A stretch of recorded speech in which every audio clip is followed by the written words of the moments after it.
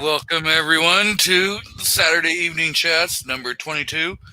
This is G23, and we have joining us first Black Hat Outdoors. Welcome. Hey, thanks for the invite, man. You're welcome. We Even though have I begged for it. actually, once I saw you in chat, I was actually in the middle of sending it to you when I saw that you popped up saying you wanted it. So it kind of worked out just fine. We have I'm always happy when somebody gives me what I want.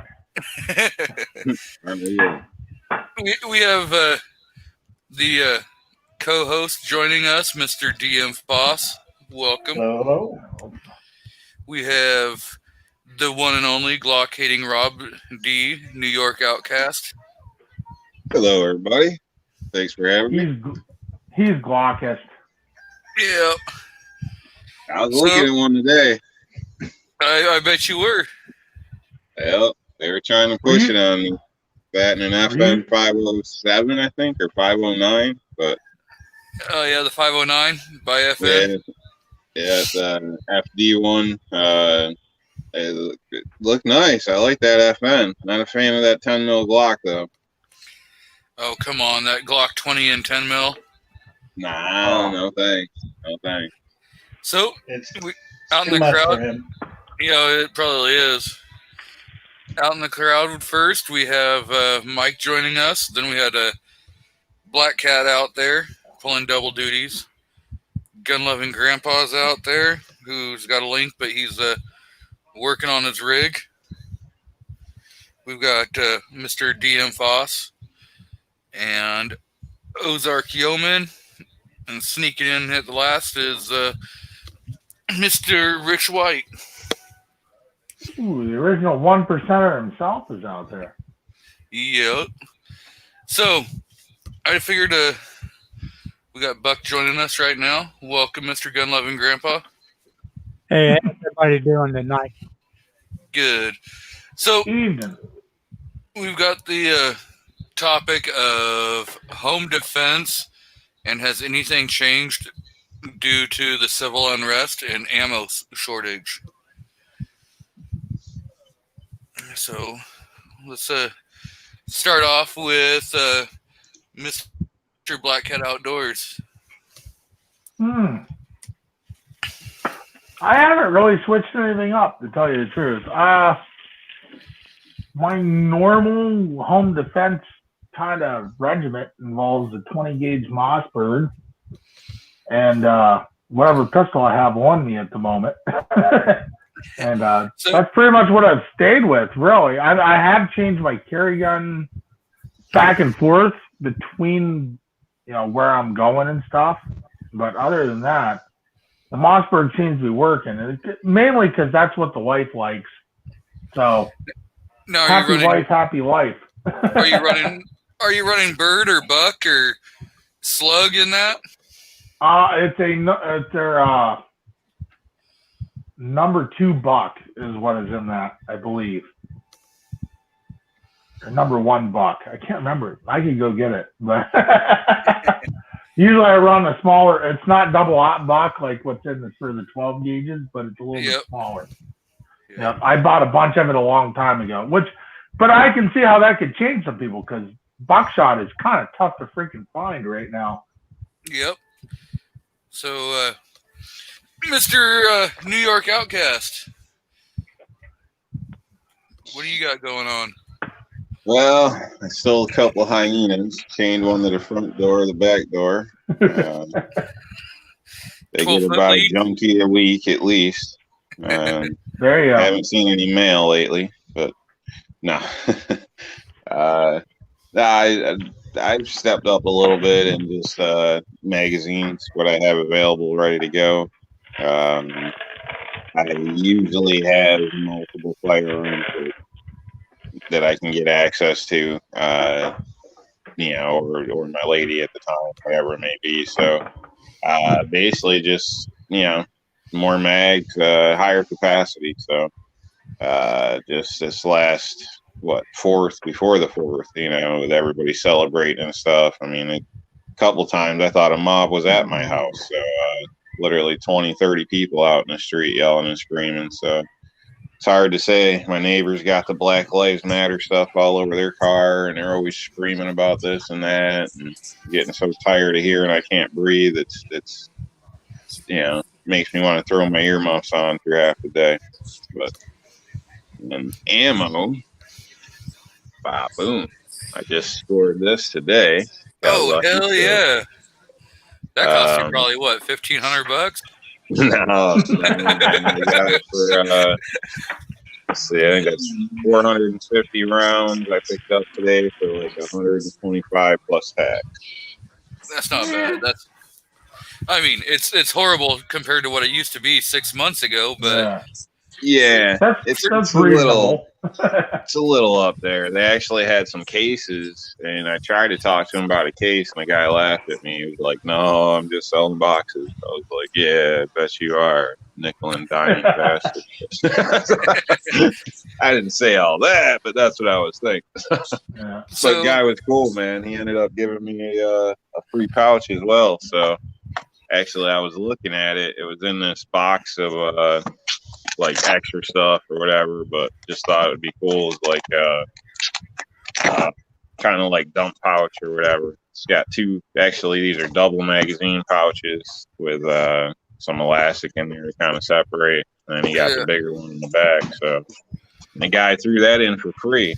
So he says, apparently at $13.99 a box, I wouldn't call it free, but Yeah. Well, at least That's I got definitely some. not free. So if you guys didn't see the comments, Mr. Kingpin says to tell Rob and Black Cow, OD, we said hi. Hello, Kingpin. What's up, Should join King? us. So we've been joined by Mr. Carolina EDC. Welcome. What's going on? I saw his chat when I got up this morning. So Mr. Foss, has anything changed in your home defense situation? A little bit, because I mainly just had, my EDC pistol that stayed next to the bedside, and then I've added, and that's what I built that 300 blackout pistol for. There's all the nonsense going on, and then also put in a wall safe down near the door where the blackout is going to stay, or keep a pistol in there. And can't get the ammo that I need, so I haven't been going to the range. That could be kind of one of the hardest parts right there. Well, I found some stuff last night. I've been looking past couple days, searching everywhere online. Found some stuff, got it in the cart, went to order it, and it was already gone. That seems to be what's going on a lot. If you find ammo, you got like split seconds. You better have everything ready to go in like a moment's notice, or you're gonna lose out. You just got to do what Nighthawk Medic said last night. Yeah, Nighthawk did give some good tips about getting up and ordering at like 6 a.m. on the day that they're gonna stock the shelves. Yeah, Academy. Yeah. I'll tell you, my locals got like nothing. I mean, almost nothing. Take a ride out to the woods, drive an hour out to a small shop somewhere, and this is where they had cases sitting there. So I would say if you're willing to travel, you can probably find it. Yeah, it's $1 or $2 more a box, maybe 3 or 4, but still a way better deal than what Carolina was looking at last night there for 1,000 rounds for $450. So that's what. Oh damn! Poking around online. That's crazy, man. And seeing prices of stuff that's out of stock, and I'm not going to pay that. And then as time went on, it's like I don't care what I have to pay. I want to find something. I always care. I may pay more, but I always care. Yeah. Seems like defense ammo is becoming cheaper than target ammo now. I bought 1,000 rounds of 9 at the beginning of this shit just to have it in case I got something in 9 that I wanted to test. I haven't shot really a whole lot of it yet, but Well, that's what, when back around January, I had kind of stocked up. I didn't, I would keep maybe 850, less than 1,000 rounds. And that's usually good for a while. And then I figured that's enough to get me through for a while and once it settles down. But then there's a second wave hit. So there's another run, and then a third wave hit, and another run. Yeah, this has been a crazy, crazy year. I see we've got Mr. Andrew Faulkner jumping in the crowd. So, gun-loving grandpa, has anything of your home defense situation changed due to the civil unrest and ammo shortage? No, I'm tired of waiting on these assholes to come by. No, ain't nothing changed. I got a couple more pistols loaded up. But way out here in the sticks, they ain't coming out here. I hope they do. that- Yeah. that's So, where I'm at. It probably depends on whether you're in an urban or a rural area, because I am more than rural. I'm in the middle of nowhere, and yeah, there's not been a whole lot of civil unrest around here. Yeah, everybody in my town, if they come up here, it'll take them a while to get up here because most of them are in walkers or something. Yeah. Ooh. Newer Guncast is stockpiling, man. Damn. he Yeah. can't say he's not changing his... That's for giveaways. So, And I bet you they all for Glocks too. Mr. Carroll? Yeah, right. Oh Mr. shoot! I had Carolina. more. I didn't even throw in. Have you changed anything to your home defense situation? No, everything seems the same. I haven't really changed much, just adding to it. Yeah, we've added a couple new pistols, and that's just kind of making sure we got higher capacity magazines. But I had never owned a 9 and never thought I would ever get a 9 or anything. And we decided to get the 9 for the wife, and then trying to find ammo was like hit and miss, but it's been pretty good. I've been able to find it lately. It's not stocked up the way I would like, nowhere near with how much 40 ammo I have, but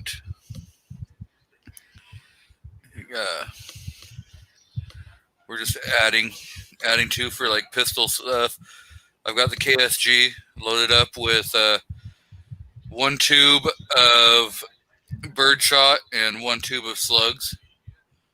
So depending on what, I can switch back and forth with the KSG.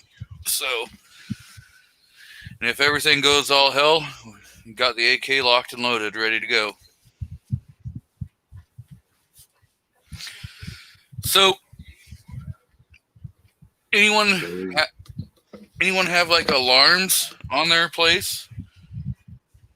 Well, I get a security system and one of the doorbell cameras and the driveway camera. But that's when we bought the house 3 years ago. I put those in just because you can't really see the driveway from anywhere other than the front room. I have a tactical pocket dog. That thing just makes so much noise. Oh yeah. I'll wake you up all fucking night long, trust me. Anyone Whether else? it's a leaf that blows outside or somebody that knocks on the door. Anyone else have added a home security system, or I haven't added one. considering I live in New York, if I want to keep anything around, I have to have one. So I have video, motion sensors, as well as kind of a little network with some of the neighbors. Yeah, living in New York would be pretty requirement of having video cameras and stuff like that hidden, so people don't see where they are. Yeah, the thing is, everybody's talking about self-defense, ammo, all that good stuff, camera. But what about medical? I mean, medical is one of the main things you have to have because Yep. you're not Superman. You will eventually get hurt somehow. Oh yeah. Yep. We got to bring up medical kit. Does everyone have trauma kits? I do. I bought. Oh, go ahead. Oh no, go. I was just gonna say I bought one because I wanted to keep in the range bag, but it was way too big, so I just keep it at home. Really? Do you have a tourniquet and stuff like that? That's the one thing I don't have. I need to get a good tourniquet. Seriously, even if you can just get a rat's tourniquet, I mean, I'm old, so that's what we had back in the day. But yeah, just get a rat's tourniquet and add it to your. Like, I have a basic medical kit I carry in my car because I used to do a lot of shooting things too. But yeah, you can carry basic tourniquet or even an Israeli bandage. I mean, if you get on even Amazon, you can come up with that shit. Who's that showing their stuff? Oh yeah. Rob D's got his shit out now. Yeah, that's just a little bit, some actual backups, actually. So I have a tourniquet, suture sets, all that type of stuff.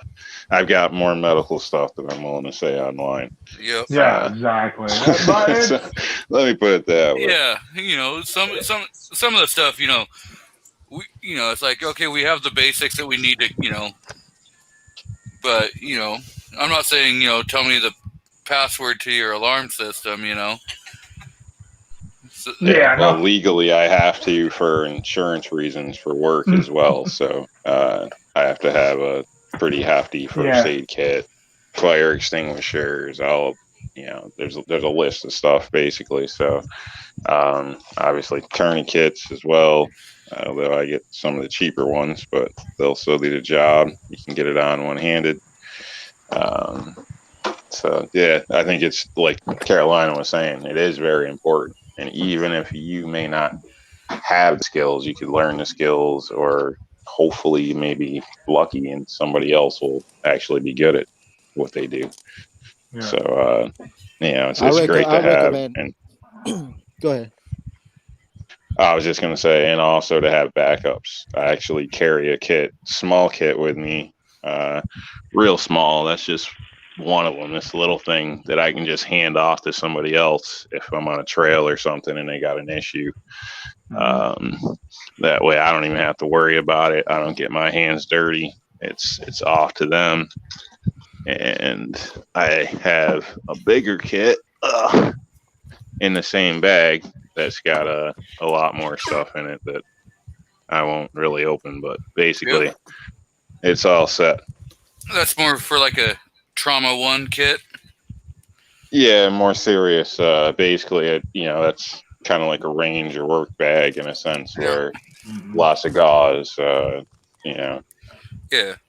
stuff for more serious stuff, I guess you could say. Now, has anyone decided to go from like a month supply on medications, if you take, prescribed medications, to like going to 3 months supply? So you have, or 6 months supply? I'm sorry, but was he just using the toilet on camera? Yep. No, I wasn't. I was spitting my. Dude, you're never gonna live that down, bro. That's crazy. You're in the military. Hey, you were in the military. I spit my dip out, actually. Oh no, I thought it was EDC actually at the toilet, so he must have been showing No. something. I was like, oh, I dude, you just spit my toasted dip yourself. out. No, I forgot to mute. I was trying to run in the bathroom real quick and spit that dip out. I've had it in since before my live stream. You pulled your junk out and took a pee on TV. It's an issue. No, I didn't do that. I can if you really want me Nice. to. Actually, I may have pissed once during my live stream, but I didn't have the camera on. yeah. I have a Trauma 1 kit that I keep in my rig, and with like the wife having high blood pressure, we've switched her meds to 3 months at a time. So if something happens, at least we have, a little bit of extra supply. It's a good idea. You can also state, I can't say you can now due to lockdowns and whatnot, travel, but you can also say you plan on traveling and would like to kind of get a supply as well. So obviously, if it's a controlled substance, whatever the case may be, they're going to be regulating that. But so it's not like you could sell it or whatever. You're going to have to account for that. But, it is possible maybe your trip got canceled. So now you're stuck with an extra supply that you can, rotate out. Or if you're really in a jam, possibly even accidentally lose something. And your doctor would probably write you a prescription as long as it's not a narcotic or something. Yep. If you don't have a record of things like that, where something got damaged or, whatever the case may be.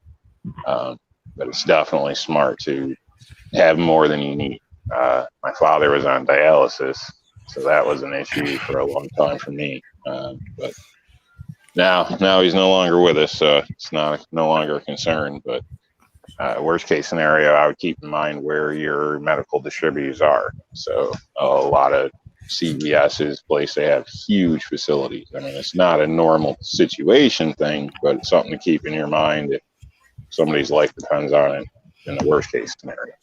Yep. I would say a big one would be like insulin or heart meds. Yeah. Yep.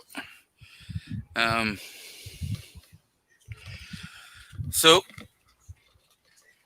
right, because I know there's a lot of places that are in civil unrest going on, and it makes you wonder, are they going to try to branch out, and try going to some? Because, like, over in Oregon, in Eugene, there's a big time civil unrest going on, and they tried to push out into Springfield, which is a little smaller town outside of Eugene, and those guys pushed back. They're like, oh, hell no, you ain't coming into our area. But,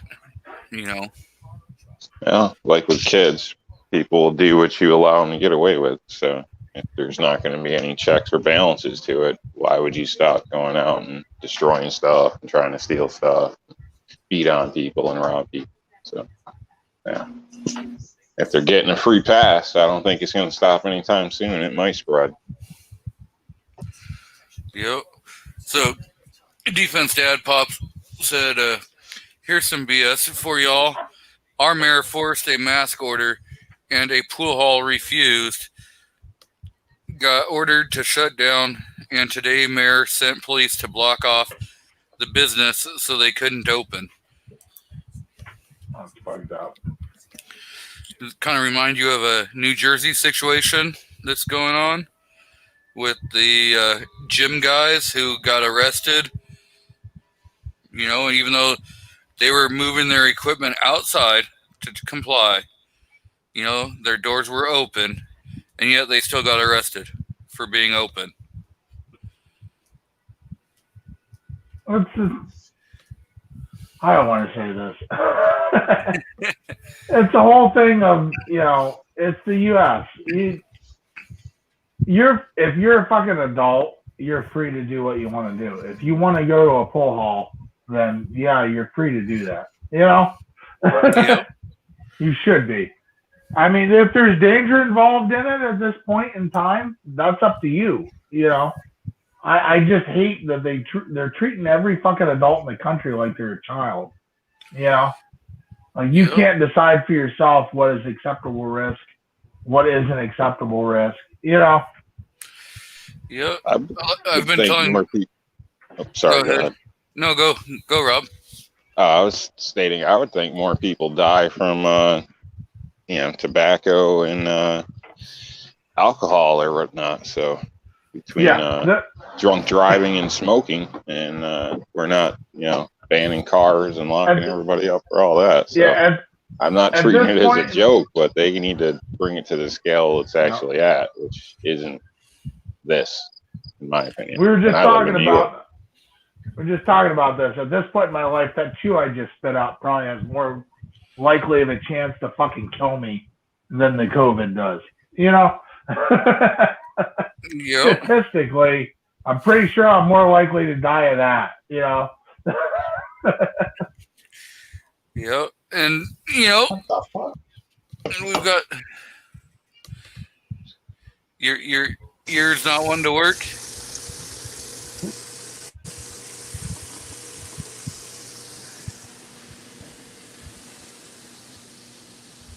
I don't know if that. Am I still on here? Now, the thing that I'm concerned Yeah, with, you're still a lot going. of people are concerned. All right. Go ahead. The thing is, when they do come out with a vaccine, they're gonna, a lot of the jobs, especially local, state, and stuff like that, they're gonna require for the employees to have that vaccine before they can return to work or keep their job, and that's gonna be a big concern because a lot of them they're not gonna want to do that. I don't blame them. Look at the history of quick forced vaccinations. I mean, it goes back a long time. There's a lot of doctors on record stating they wouldn't even try it for a year or two. So, you'd have to assume they know better than the average person. And if they're cautious, why wouldn't we be? And they've already announced that there would be no liability given to the manufacturers of the vaccine. So basically take it and roll the dice and we'll see how it goes.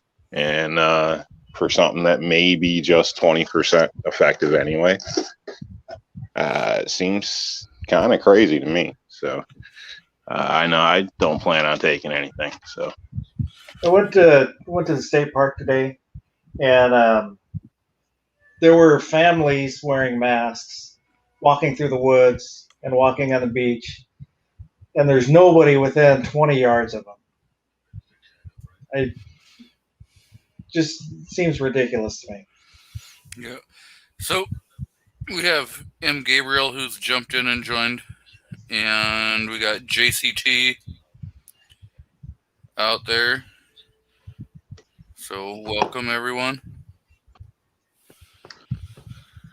I just say there's overreacting. There's that, like Faust just said. I think it was Faust that said that. It just said if you're on a beach 20 yards from people, the fucking mask thing is stupid. The mask thing's kind of stupid no matter what. It really is. But how do I want to say this? I've known people that had the virus because I work with people that had it. So I don't know. You know what I mean? I don't. There's no reason to shut the country down. I haven't known anybody that died from it. If you look at PA's numbers, like where I'm at, we're looking at like 7,500 people have died from it in Pennsylvania. Well, like 65% of those were over 80, and like 70% of them were in nursing homes that our fucking governor made people go to. And I think Rob D's probably in the same boat. Like they shoved people back in nursing homes because Cuomo did that shit too. A lot of mayors did that. Yeah. They fucking shoved them back in nursing homes and killed people,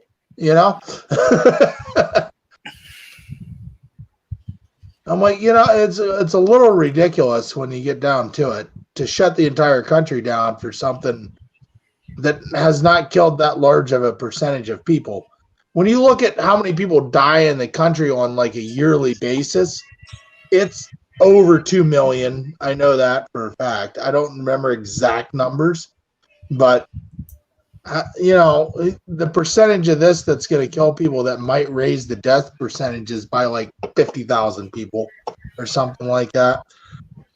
It's a little ridiculous to destroy the entire economy of a country for something like this. That the actual flu has a higher death rate than this has? Well, certain flus did. I'm sure that. I mean, H1N1. I had a cousin that died from H1N1, who was not that old, really. He was in his 40s, and that's going back. When was H1N1? Back 10, 12 years ago or whatever. You know what I mean? People died from that flu epidemic that came out, and that was an epidemic. I mean, to be honest, you keep seeing. I get so sick of seeing these Biden commercials on fucking YouTube. He, talking about him during the Ebola pandemic or whatever. Ebola is never going to be a fucking epidemic because it kills people too quick. There's a difference between that and the flu, or between that corona. It's a huge, every video I click on has a Biden friggin' thing anymore. But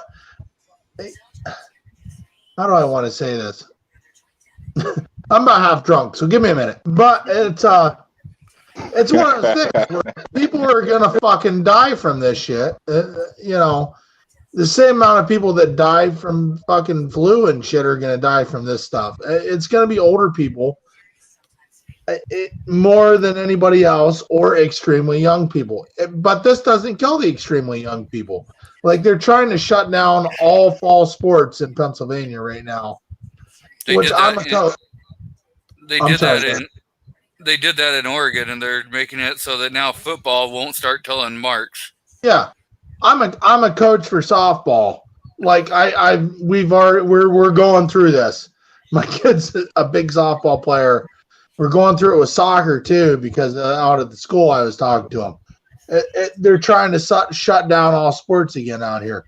The amount of people that have died in my state that are under the age of 25 is like 150 or something like that. I mean, it's absolutely ridiculous. I mean, I don't want to diminish that there is a pandemic, because there is. The virus is real. I know people that have fucking had it and have gotten over it. I've yet to know anybody that died from it, to tell you the truth. But how much pain do you want to cause to people is what the political aspect of it is at the moment. Like Kingpin says, if it was so bad, why lie about the numbers?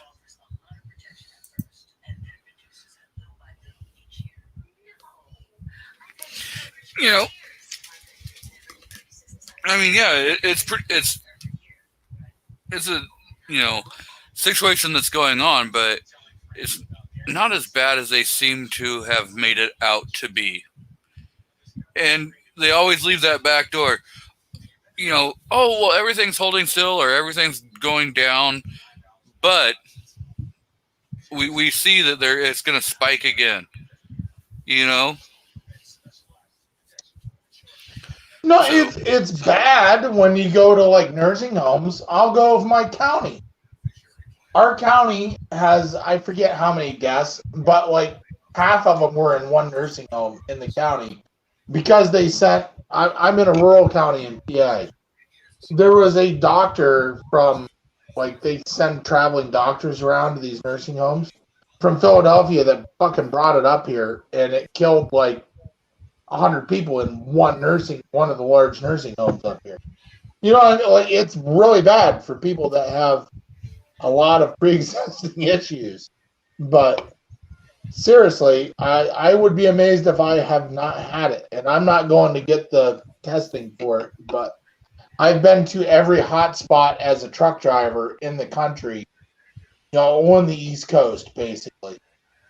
If I did not have it, I would be surprised. I would be amazed if I didn't test for the antibodies. I'm not exactly a picture of health, if you can see this here, but yeah, like Defense Dad says, real virus, fake pandemic. Well, And not our state, Washington State Medical Board, admitted that they classified 5 people who died from gunshot wounds as dying from corona. Yeah. Yep. Honcho Fett says, and welcome Honcho Fett. We got Mystic who has jumped out in the crowd. Welcome, guys. He says, it's all about controlling the narrative to shape people's opinions. It's trying to control and so they can steal the election. And if they get the election, it's going to go socialism, which is what they're going after. We got Jason Stewart who's jumped out in the crowd. Welcome, everybody. So, with like home defense, we've been kind of talking about do you guys think adding a dog for home defense is a good idea, or no? Depends where you live. You got to go out too much, it becomes routine and perfect time to get jacked. Depending on what type of dog, they might steal your dog too. Well, I think it kind of depends on what you want the dog to do, because dogs are actually hit or miss on how they're going to really react when you're not there.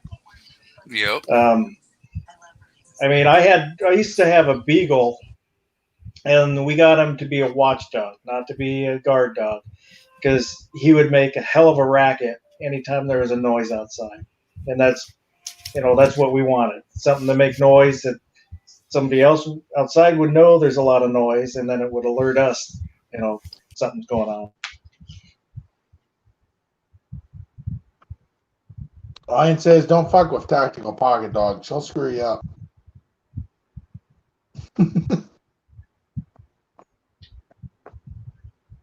Your ankles will never be the same again.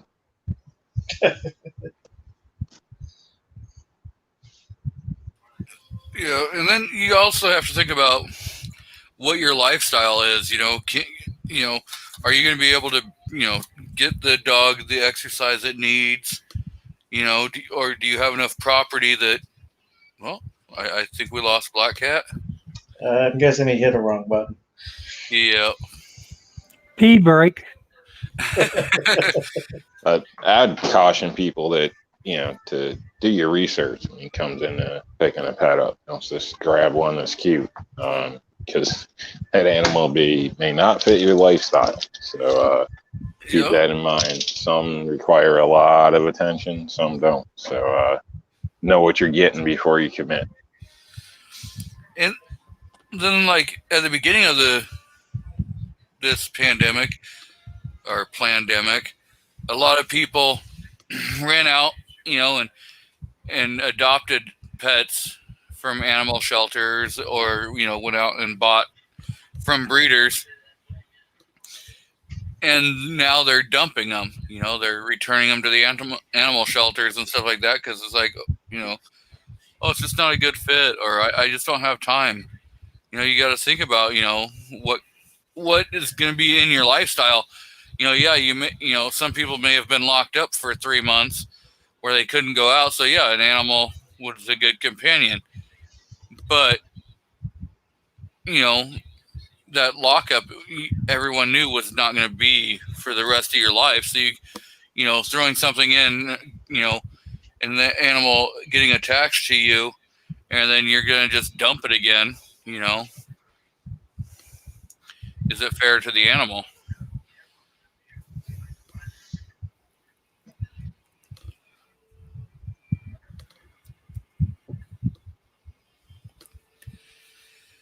Like, I've always been a dog person and everything. Now I have cats because of the wife. But I know that, I don't have the time, with a work schedule and everything. I don't have the time to be able to have a dog and be able to care for it the way it would need. And so it's like, it's not fair to, get one and then hardly ever be there to do anything. So it's going to stay chained up or whatever, and that's not in my opinion that's not acceptable.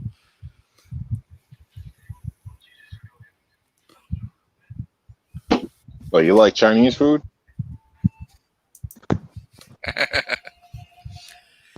So I see we got Mr. Black Cat back.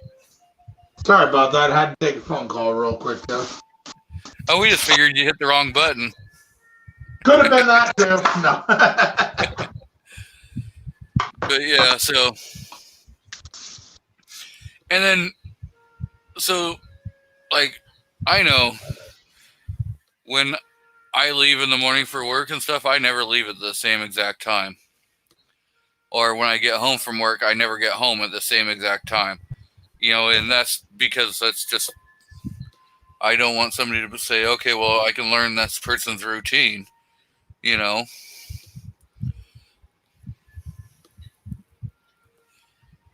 don't know if anyone else does that kind of stuff. Most people do. Well, I should say most people don't. I think most people stick to a routine. They get comfortable, and you can pretty much set your watch to most of your neighbors' activities. But I tend to advise against it. Yeah, I don't know. You never know, and it's always better to be safe than sorry. In my opinion, I think it's also good to switch up your routes going to and from work, things like that, and pay attention and be aware. Yeah. Everybody says things like that don't happen around here until they do, and what are they always saying? I would have never known. I would have never thought. Well, that's what bad guys do. They try to fit in. So. Yeah, and then like a lot of people, well, we're gonna plan for a break-in. Well, defending your home. Well, the statistical fact is 65% of all burglaries happen during the daytime. So unless you're a graveyard person, you're more likely not even going to be home when somebody breaks into your house.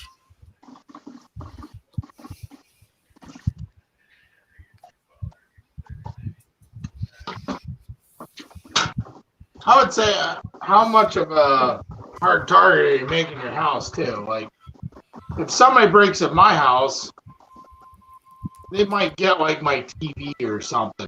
But, like, I don't want to say, without giving up a lot of security stuff, it's going to be pretty tough to get my guns or any cash or anything without spending a couple hours at it, Yeah. So you see all these ads for, tactical furniture. Does anyone actually think that they're good at,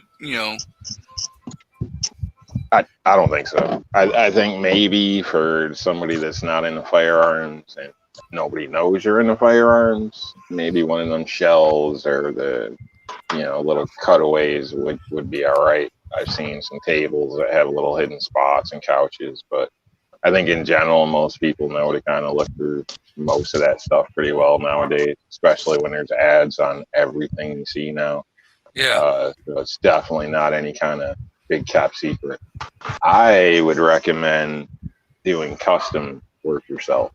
I don't want to point anything out or give things away, but there's a lot of dead space and things that you could take advantage of. Just keep in mind, people are more perceptive than you think when it comes to death. So, like I've seen one that I thought may be a good idea, but then again, it all depends upon the layout of your house and stuff like that. Is that mirror that it actually recesses into your wall, so it just looks like the mirror is hanging on your wall. But again, it's easily open to with magnets. Yeah, but how many burglars? I mean, guys, I guess it depends. What are they looking for? You know what I mean? I mean, if it's somebody, let's put it this way. I'm on YouTube. Some of you guys are on YouTube. I mean, we're all kind of out here. If people come to your house because they're looking for guns, yeah, they're going to look for that. But your average smash and grab burglar is just looking to get whatever they can to get enough money to get their next fix on drugs. That's the truth. Last time my house was They're robbed, like, shit. people took their time, stayed there. They took everything from the fridge, put it in the living room. They sorted through. They found my climbing bags, duffel bags, used all that to basically steal all my stuff. Probably made a And couple it appears they sandwiches. hung out for quite a while. So they had it, they basically knew I was out of town at the time I was, which is against anything that's normal for me. I'm not Yeah. the planner and I don't announce them. So I believe my ex-girlfriend at the time owed somebody money and things kind of fell through with that. But needless to say, they knew pretty much everything, one way or another, whether they, stalked the place, whether somebody said something they shouldn't have and knew I wasn't going to be home, but they took their time. They could have, had a bench grinder not a bench grinder, a cheap angle grinder from Harbor Freight, turn the radio up, cut a safe open. I mean, they could have made a sandwich, took a shower. God knows what they could have done. So, every case isn't the same. So I'll put it that way. Yeah. Like you said, Obvious stuff under that's the bed, in the closet, pictures, all that would be the first place, your kids would look. So let alone an actual criminal. Hey guys, I'm gonna take off real quick here. I got a couple things I gotta do. Well, thanks for joining us, Buck. All right, I'll probably be Hey, back Buck. here. Take care, Buck. All right, y'all. have a good one. Yep. Later, Buck. No, I'm just saying, like you said though, Rob, that's abnormal. It really is. For somebody to spend that much time in your house. Yeah. Unless they're looking for something specific, I think on average, they're probably in and out within like 45 minutes. Yes. Also in the news, well, not in the news a lot, in the, on the street news of, although every once in a while you'll hear a small article, but there's people that kind of break in places 2-3 deep, usually older people's places, and they'll sit there all night, clear everything out, while you're duct taped, laid in the bed, and then they're usually found a few days later. So, in that situation, again, they have plenty of time and access to run through your house. So, I think getting complacent with anything, whether it's standard crime, what we think, what we don't think, you can't account for what some junkie or some idiot's going to do. So it's always better safe than sorry.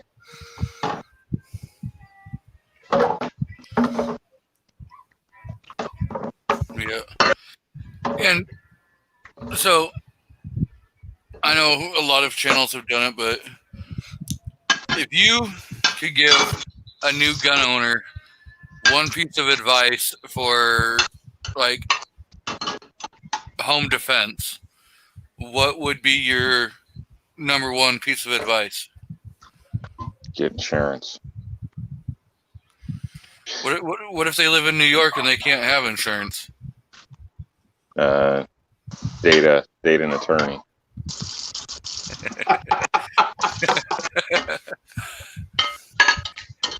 Mr. Your Faust? wife will understand when she gets to keep the house. I'd agree with the insurance.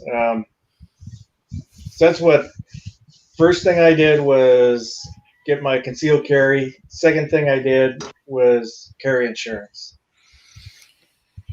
See, like, I got USCCA before I even ever bought my first, because I was going to go buy my gun. So I got the insurance because, like, USCCA will cover if you have a concealed weapon, if you have an open weapon, if it's inside your home, they cover everything. So anything that's legal within your state. So even if you're not a gun guy for state, but you're in the martial arts, things like that, certain levels, you used to have to register, in townships and things. Things have changed a little bit, but basically, in some cases, an individual is still kind of considered a weapon. So it is wise in those situations to have insurance. Rob, are you a registered weapon? Yeah, I He's believe that. registered for something else.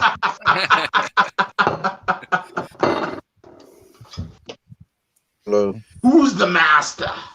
So, go, Showing off. Showing up. what would your piece of advice be, Mr. Carolina EDC?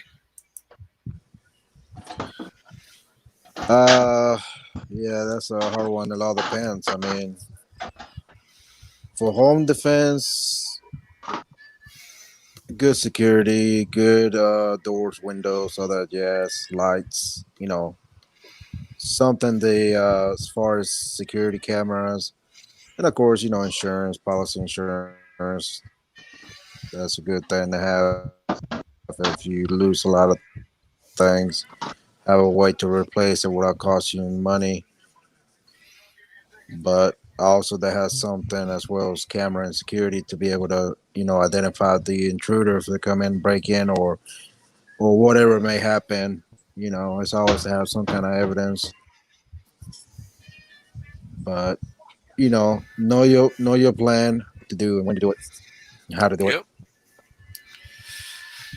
So, Defense Dad says, stow it safely. If you have kids, and teach them how to use it and learn how to use it proficiently.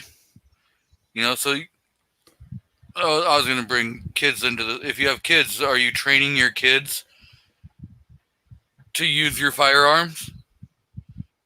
And then, stuff like that. I'd say that one of the easiest things, and really doesn't cost any money, is just situation awareness, being aware, knowing what's normal in your area. If you get a knock at the door at 11 o'clock and you normally you aren't expecting somebody, don't just let your kid go run and open the door. I mean, there's some common sense that would save people a lot. The best way to kind of win any confrontation is just to avoid it. It's the cheapest way out of it. Everything costs you something, whether it's attorney fees, ammunition, hospital bills, a night at the police station. If you can avoid it, why not? Something doesn't seem right, trust your gut. I think a lot of people are worried about being judged or not being nice, and they run into a lot of problems. I'm not saying distrust everybody, but when you're at your home or whatever with your family, be safe. You break down on the side of the road and somebody pulls over, they're not always there to help you. So just keep that in mind, especially if you're not familiar with areas and things. Use your head. That's the best tool we all have. Yep. So, is there anything you guys want to discuss?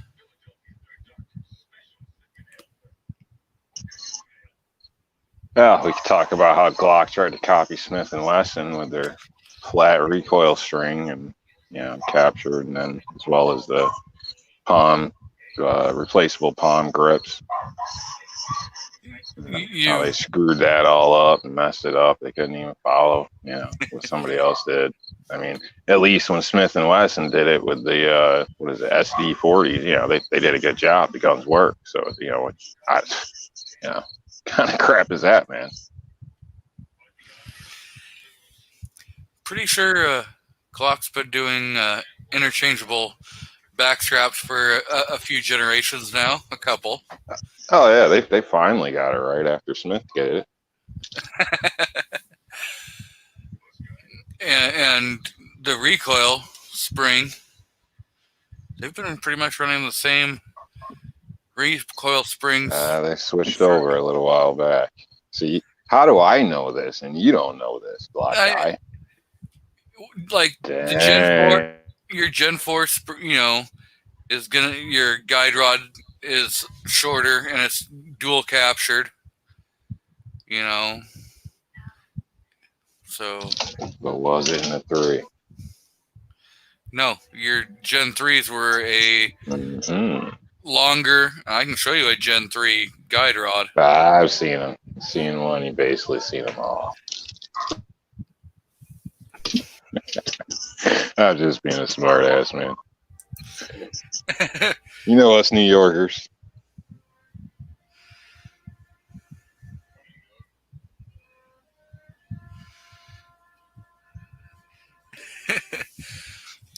There you go, Rob.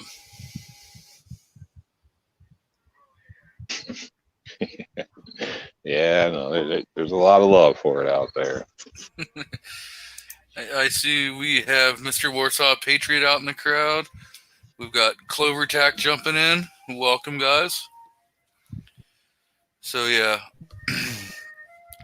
That was kind of my topics that we had going on for home defense kind of situation. And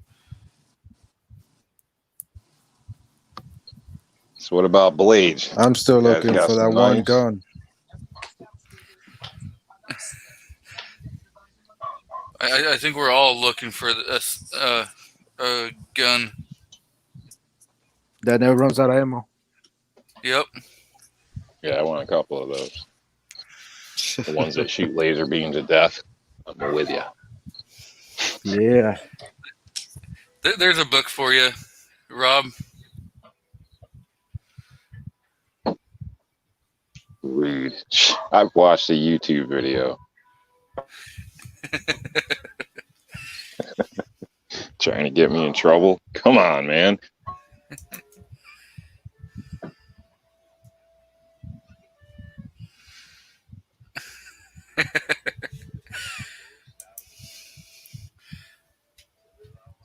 Yeah, so.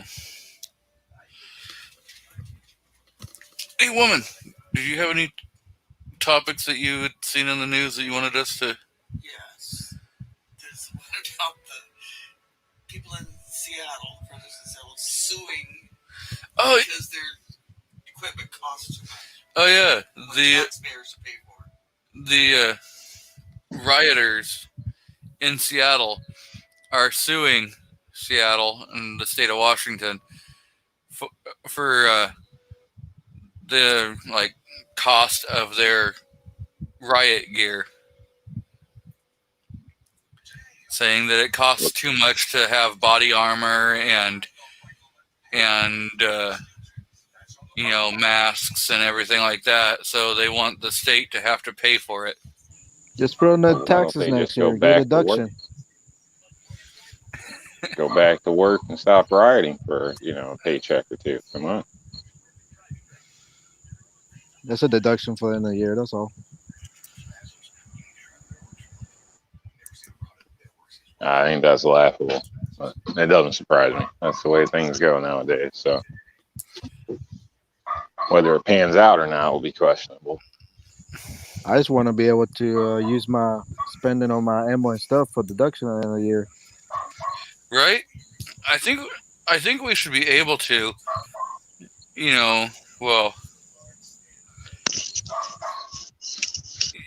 if you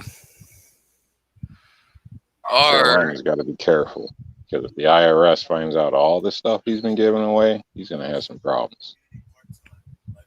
¿Qué? No hablo inglés.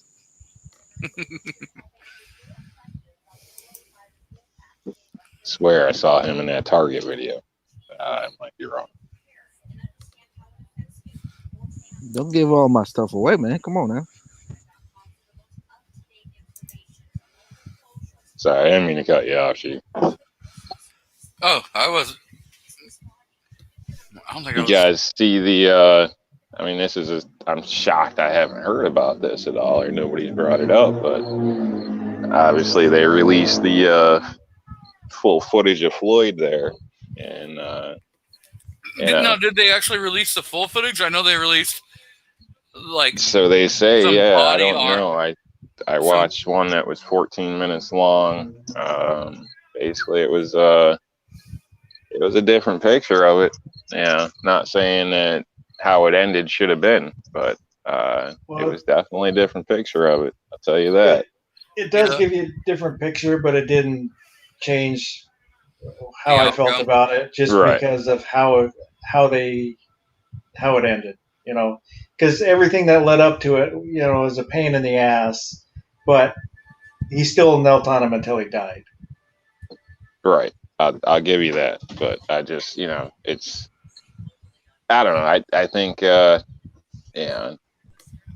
I think it's good to see. That's all I'm saying. So, Yeah. I think there's going to with be a as lot much more. heat and everything that's on it, and the passion and people hating on each other from it. We didn't even have the full picture. Obviously, the end result stayed the same, but it's a little different on the journey getting there. Yeah. Looks like Black Cat's family just finally got home, so he's going to try eating some supper. Welcome, Drucifer. I don't know how many more weeks we got left to Louisville, Kentucky. What's going on in Kentucky? The Louisville thing is supposed to be back in 4 weeks. They want to answer about the. The NFAC or whatever the hell it is. Yeah. So I'm gonna play Warsaw's video. I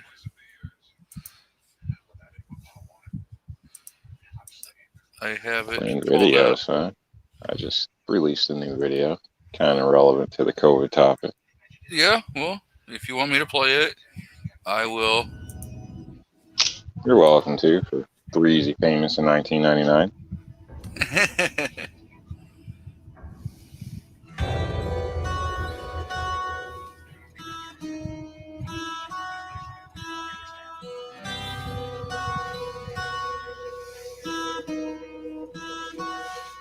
This is his last video for the Punisher sign.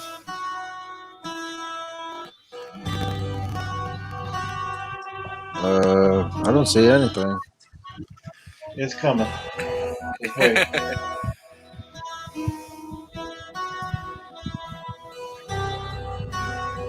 It's like the best non-9mm video.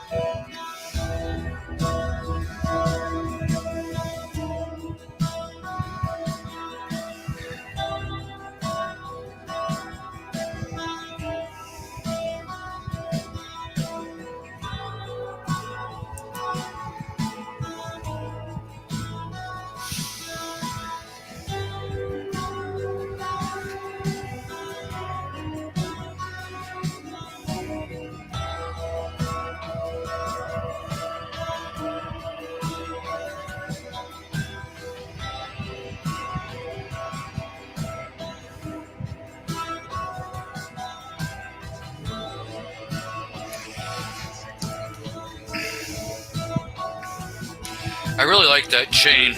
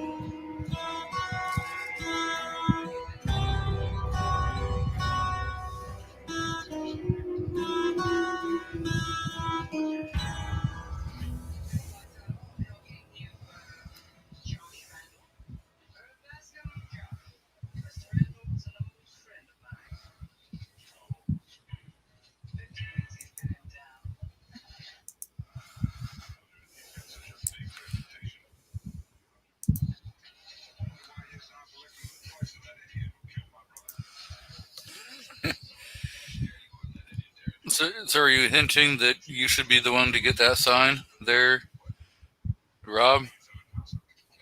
Damn Skippy.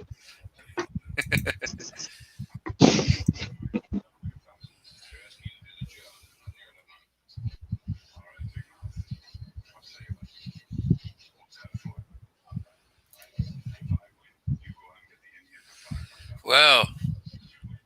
7 made it a whole hour without saying a word. But no one can prove that he was here the whole time.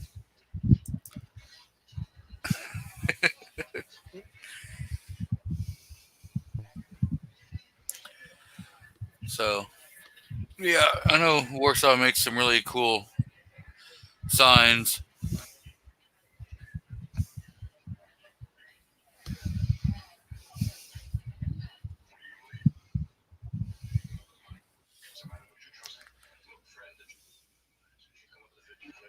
Yeah, I always liked the Punisher just due to the guns. It's never really in the comics, but yeah, guy that's just shot the crap out of everything. How do you not like that as a kid?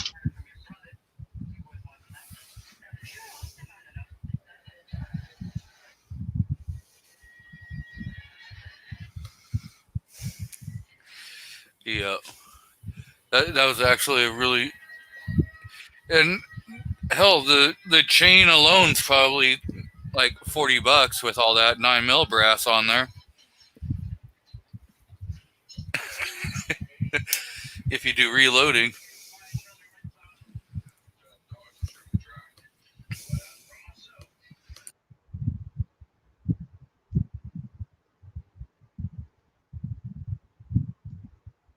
So has your new video went public, Rob?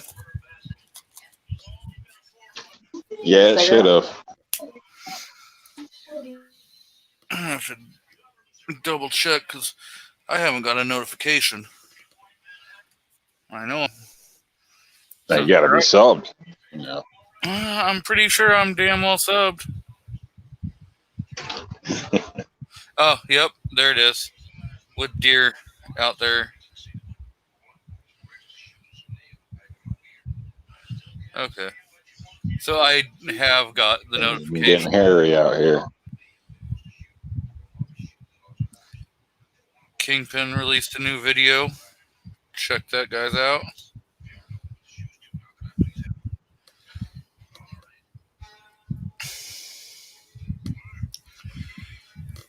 Rob, you have a ranks. You can throw your link out to your video if you want. Yeah, I don't know how to do that. Thank you, though.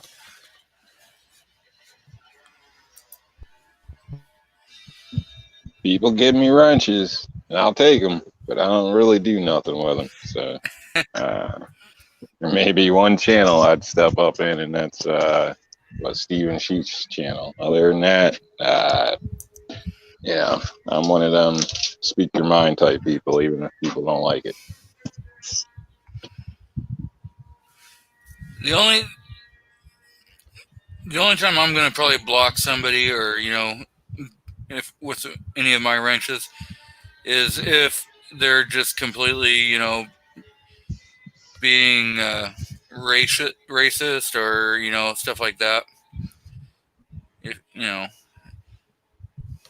I'm probably going to people seeing all the idiots out there, they might be more inclined to step up with personal protection and support the Second Amendment. Yeah.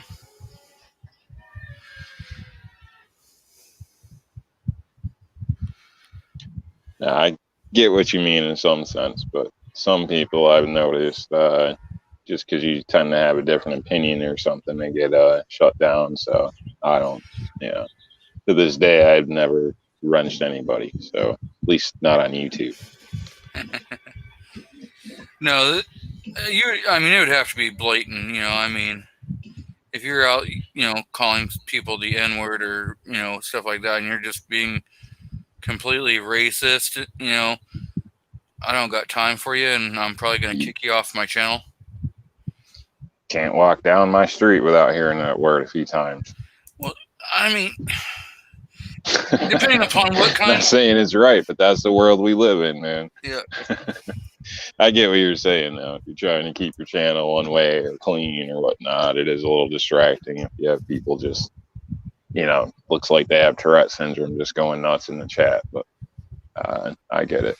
But yeah, that's the downfalls of being a host, I guess. Your name's on it. I've done it a couple times in a different chat, just because you'll get people that, like Rob was saying, will spam nonsense just to be an ass. I see we got CB out in the crowd. Welcome.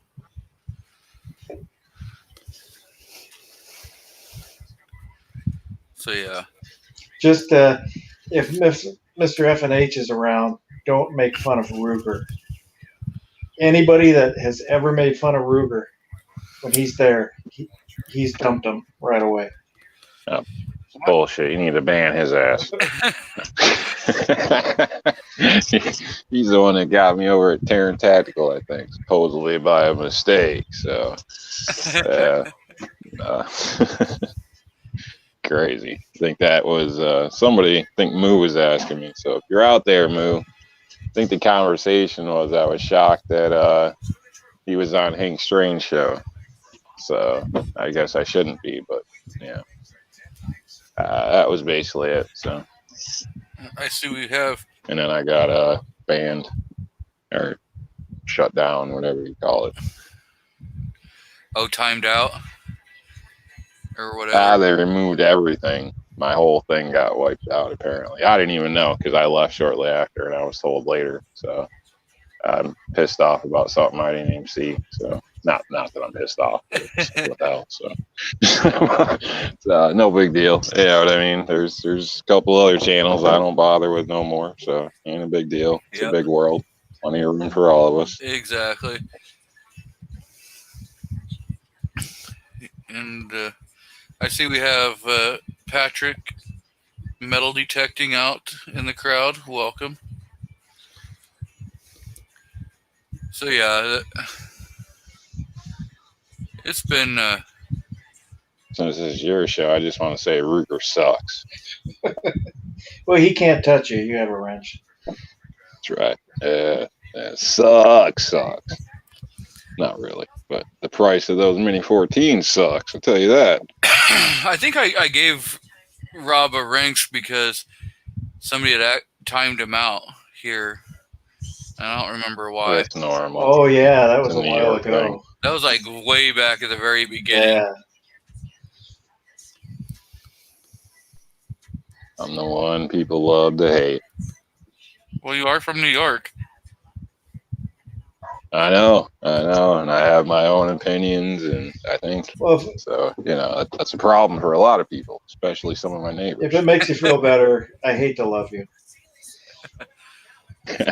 Oh, thanks, man. I'll take it however I can get it within reason. Do you need a room? Nah, we're good.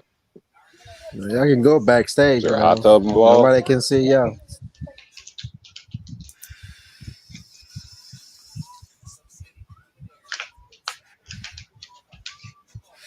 Yeah, no, I have not heard of him, but yeah, I mean, racism isn't acceptable anywhere. Now, it's good thing, but it's reality. People can say what they want. I mean, it may not be as bad as it is, but there's a lot of idiots out there, and there's a lot of people that just talk crap because they're online. They wouldn't say that to your face. No, Are you kidding me? If you think about it, yeah. If you think about this, like growing up, in the 90s, everybody said, "What up, my nigga?" It was not being racist or anything, but that was just like common talk. There's times where you're being racist and you're not, and to just all of a sudden, oh, you're white and you said, that you're racist. No, you got to think about, and we're a lot of people are trying to apply today's standards to things that have happened, in the past. It's like, and plus a lot of what people want to use as today's standards are moronic. Sorry, there's a lot of the moronic things. Your feelings do not trump my rights. Period. Yep.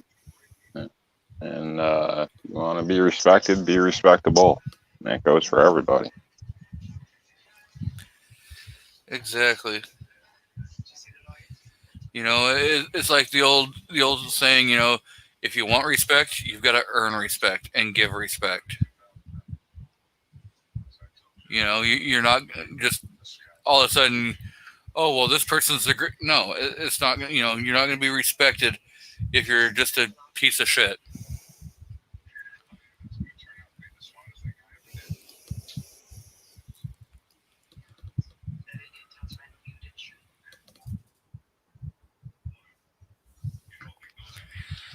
And I see we have Mario jumping into the crowd. Welcome, Mario.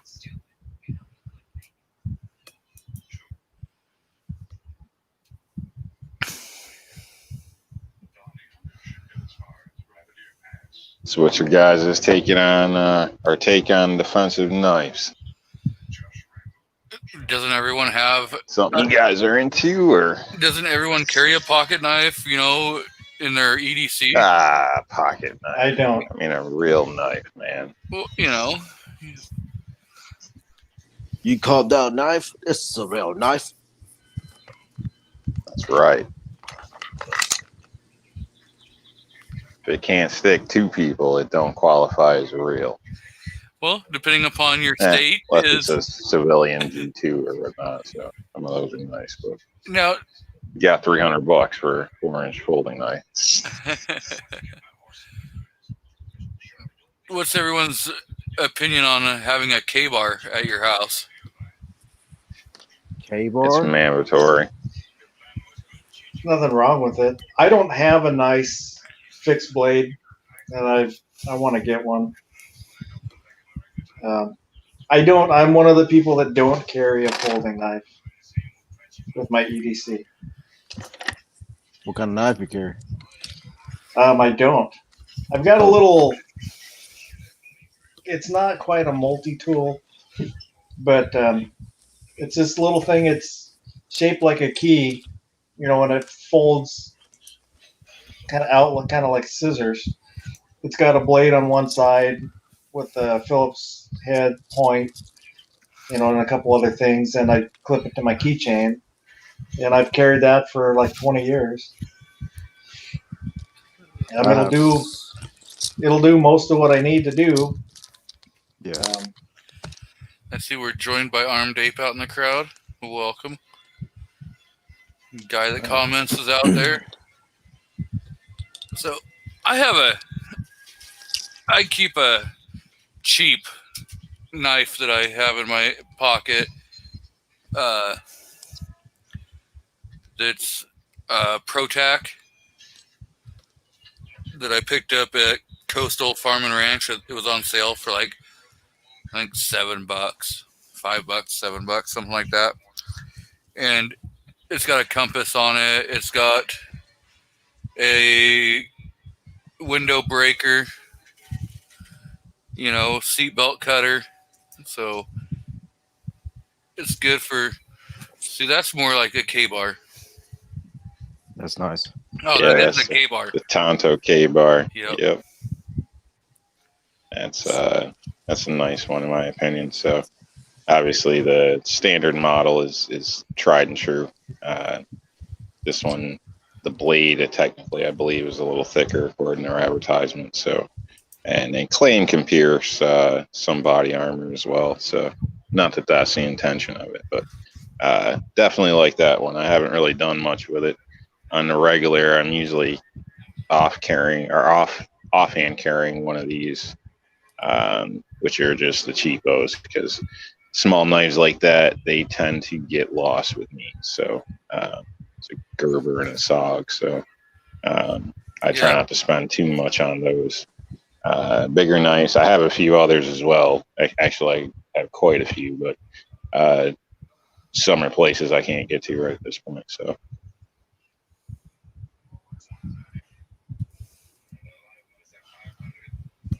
Yeah, I have several cheap knives. I think the most expensive knife that I have is my Spyderco.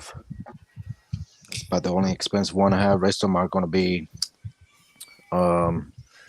mostly Kershaw. What is it? Buffalo Knifing Company, I think is the name of it. I have.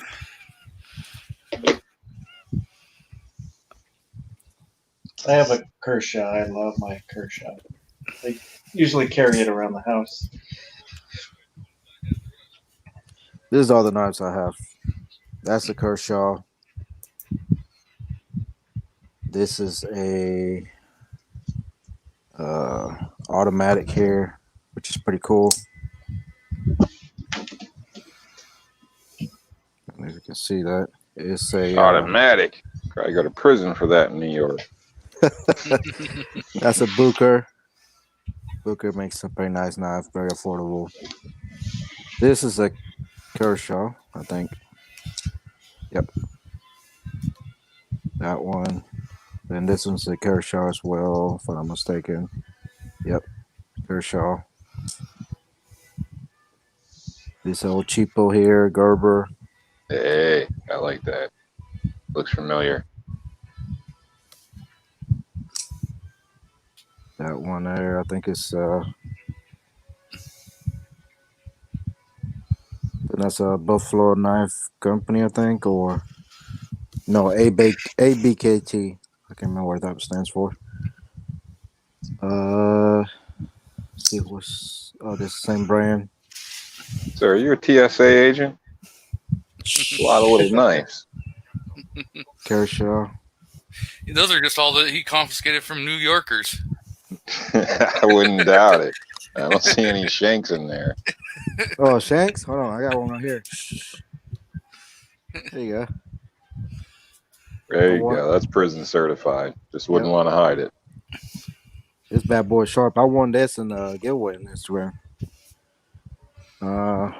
Got this one here, which is definitely illegal in your state.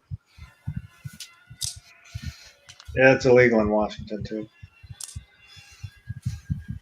In Washington, you can have a folding knife that has a spring that helps keep it closed, but not one that helps open it. But with the Kershaw, it helps keep it closed, but when you open it, it actually kicks it out. So it's technically still legal. This is a knife here.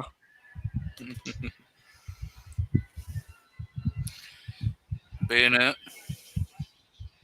I'm really not too much fan of the neck knives, but I think that some are pretty cool. Got a couple. I think they have their places. Yeah. And some of them are a little cheesy, gimmicky or whatnot, but get the job done. I mean, you only got to use it once sometimes. So, hey. This is a Vortec cheapo knife here. And this is my Spyderco. This is the most expensive one here. As you can see, I've been using the crap out of it.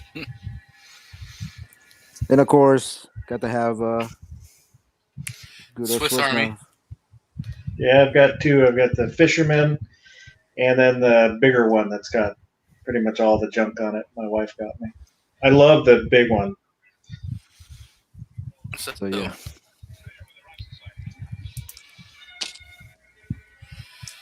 Like I say, a lot of them I haven't even used. I might have carried it once or twice. But I always go back to the one knife, my Spyderco. Now, do you go back to that just because it's the most, look at me, cool guy, nice brand, expensive knife? Or is it, is it a class thing, or do you really just like that knife better? I like it. It's just the right size for my hand, and the blade just the right size, and it's real lightweight. I think it's about the lightest out of all of them. To tell you the truth, maybe some of them about pretty close to them.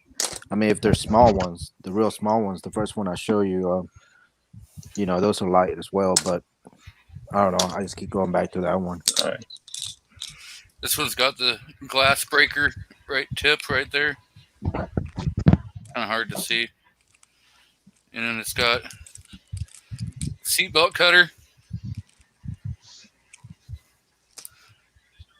a compass,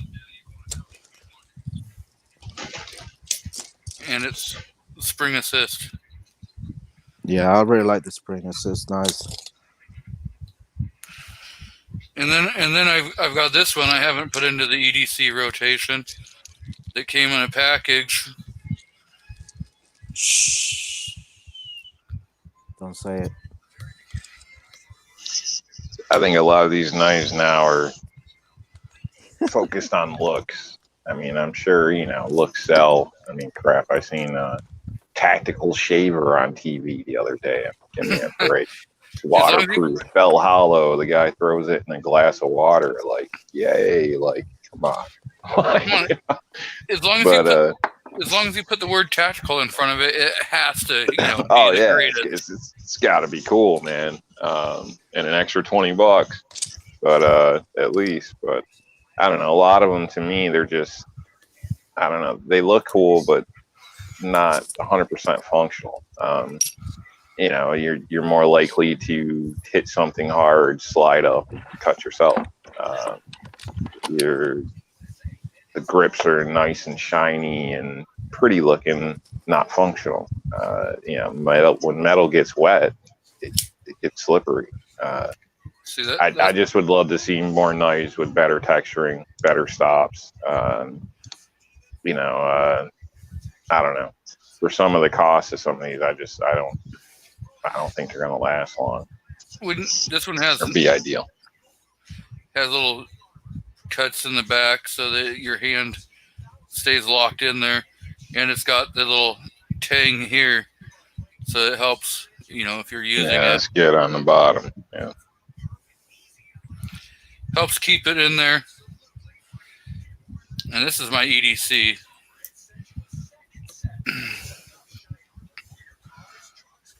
I remember the first time I tried stabbing a tire. Man, I think my knife basically broke. I sliced my hand. It was a horrible mess. It was not cool. And you can definitely see what you're stabbing. Heck, I'm finding more knives now. Better to slice than to go for a thrust, unless you're into it. So defensively, use your knife. You'll keep it longer, unless you practice, in my opinion. So yep, it's not one of them things. Just because you buy a surfboard don't make you a surfer. We all have our limitations. I thought it made me a friggin' expert pro surfer. I thought that was the same thing with guns, man. Shoot. Right? No. You're in a club, but it don't mean you're good. That sucks. All this time, I thought I was an expert. In my opinion, always try to avoid a knife if you can. So that should be common sense. No, I'm looking. I got more knives than I thought I did. Jeez, I got some I didn't even open. Some more Kershaws you don't even have open. Here's a Bastion Mini. This is pretty cool.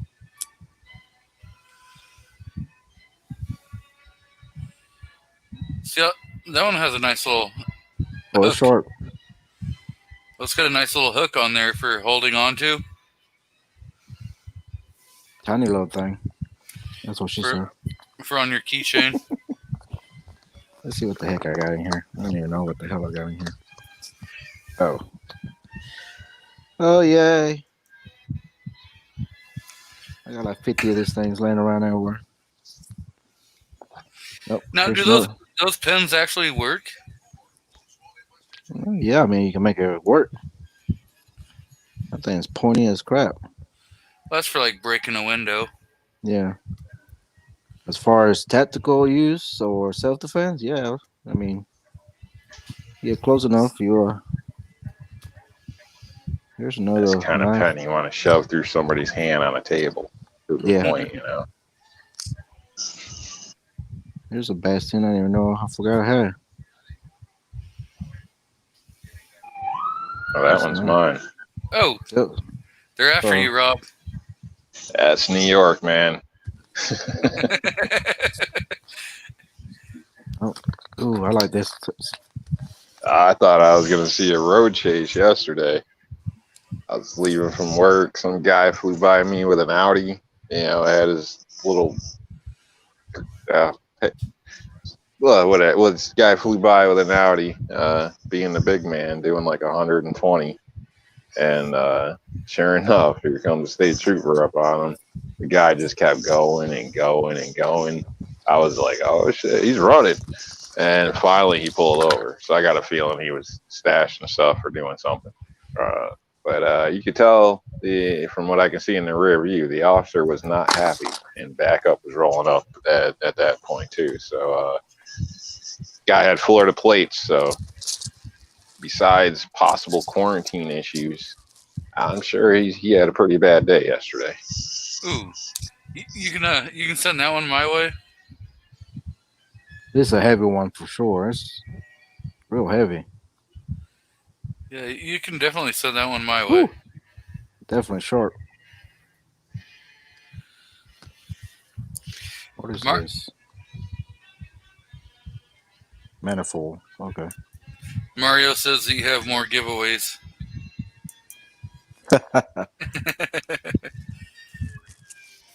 Well, I mean, if you same a plug here, if you want to subscribe to Tap Bag, if you use Carolina ADC, you get a free grab bag, shipped separate. So go ahead and sign up. Cancel anytime.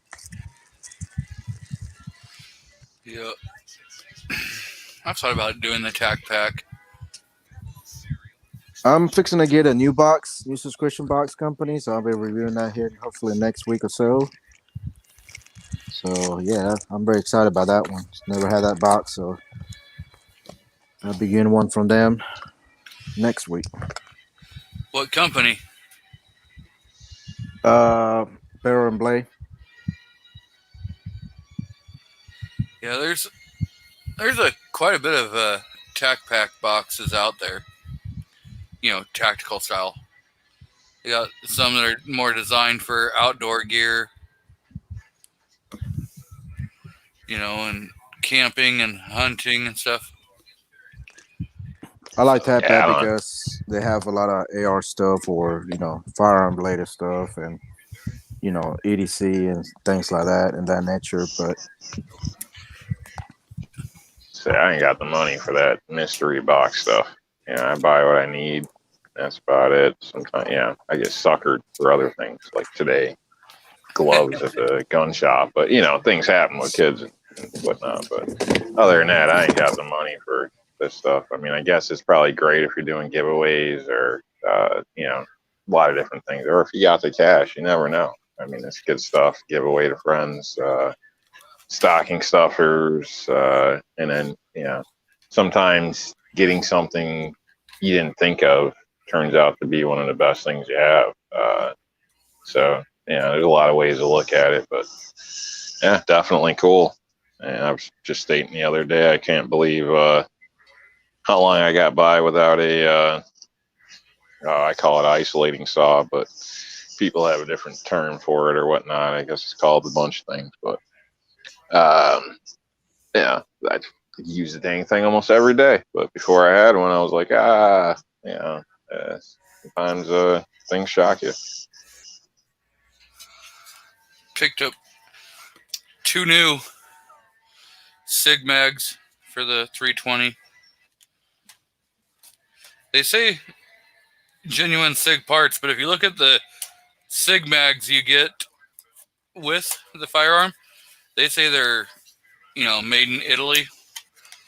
And then you open up these, and they're made in America.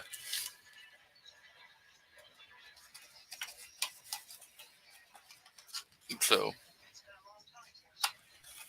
Did you get those from Wish? I got these from No, they wouldn't be made in America. Gun Mag Warehouse.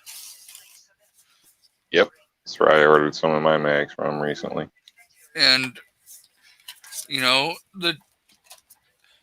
these 17-round Sig mags were $40, $39.95 or something like that. So I picked up 2 of them for the wife. So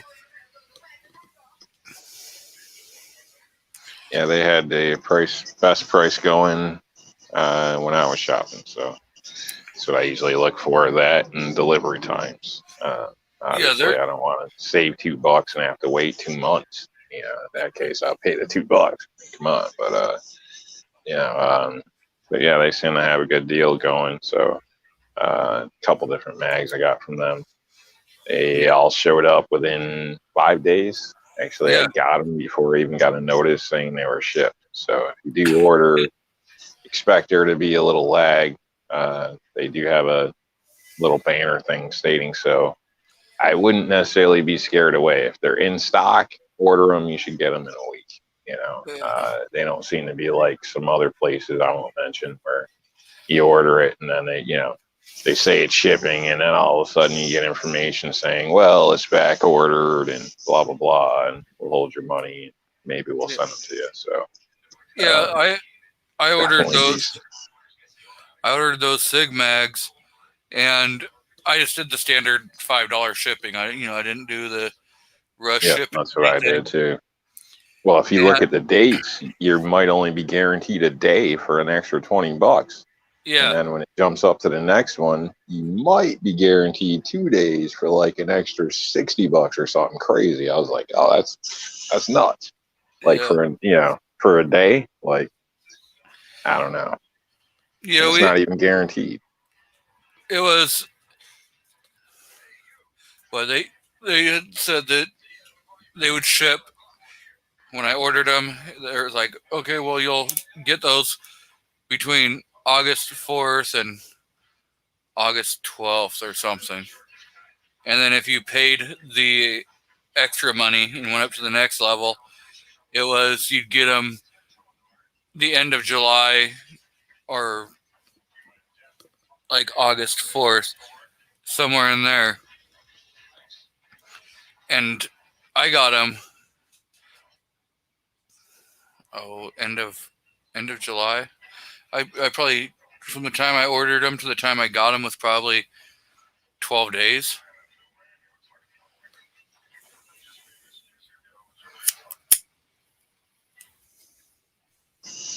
I got another question for everybody. One of my little list, keep notes all over. That Jake Paul dude got raided. You guys hear about all that? Yeah, I saw something. Apparently, it was somebody was living with him. They didn't specifically say what it was for. And I guess for people that don't know, he's supposedly a famous YouTuber. I didn't really know him either. I did hear about him filming a body at that forest. No, that was his brother. Okay. So even I'm wrong on that. So this guy supposedly walked through the Target when it was getting looted, and a few months back, and took video, him and a friend, and supposedly they weren't participating, just video documenting it. And now months later, his home's being raided, or I've seen photos of firearms being pulled out and stuff, and they were looking at charging him, and then they stated they were going to drop the charges. So I don't know. The whole thing sounds like a giant mess. So I was just curious if anybody's heard anything.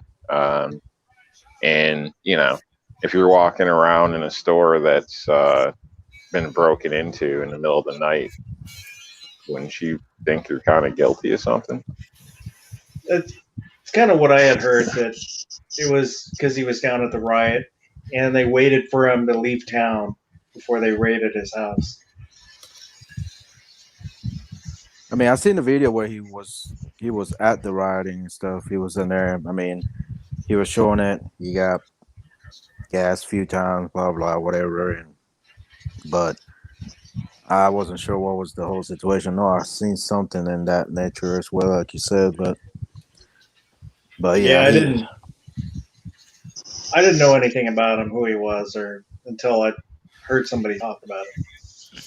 he was on Disney Channel. He was a big one of those shows, Disney, and he got fired for something. I can't remember what it was. That's been a long time ago.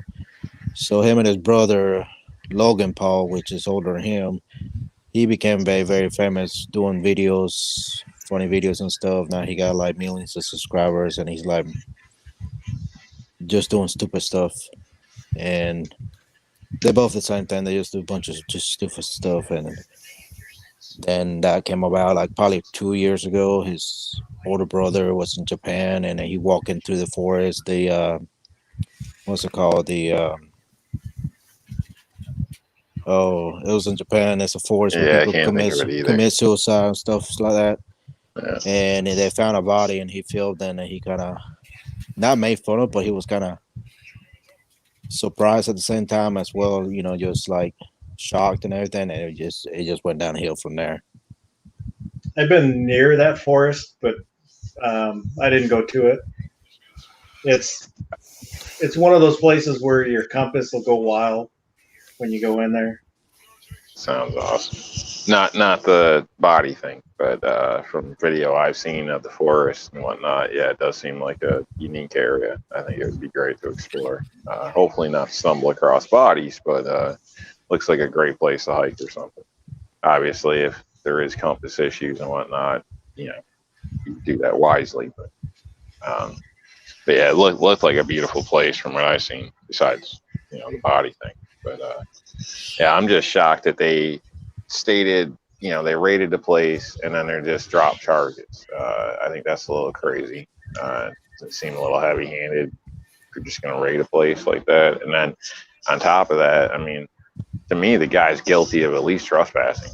He should be getting charged something.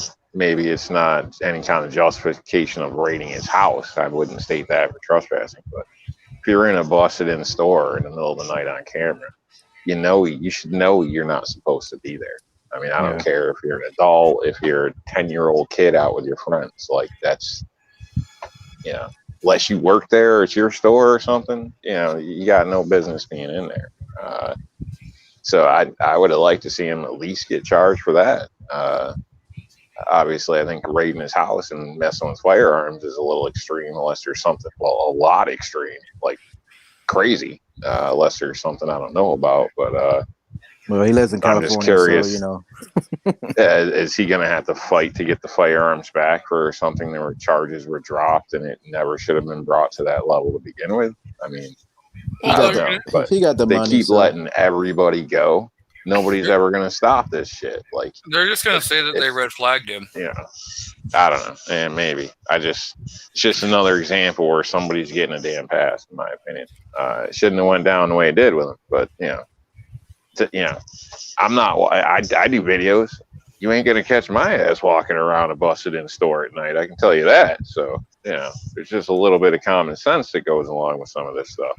Outside, maybe, sure, if I happen to be going by, but I'm not going out of my way to get near something like that because I'll get arrested. I'll be the one guy that's going to jail. Like, no. yeah, it's I don't know. I don't know if it's something he was doing to get more popularity, I guess, since everybody was watching all this stuff. Maybe it blew up. I mean, I seen it. All of us probably seen it. I haven't watched any of it. I haven't watched anything he's done. And stuff. I saw a video. I think it was Ozark who did the video talking about his house being raided. But I never looked at his channel. I have never seen anything he does.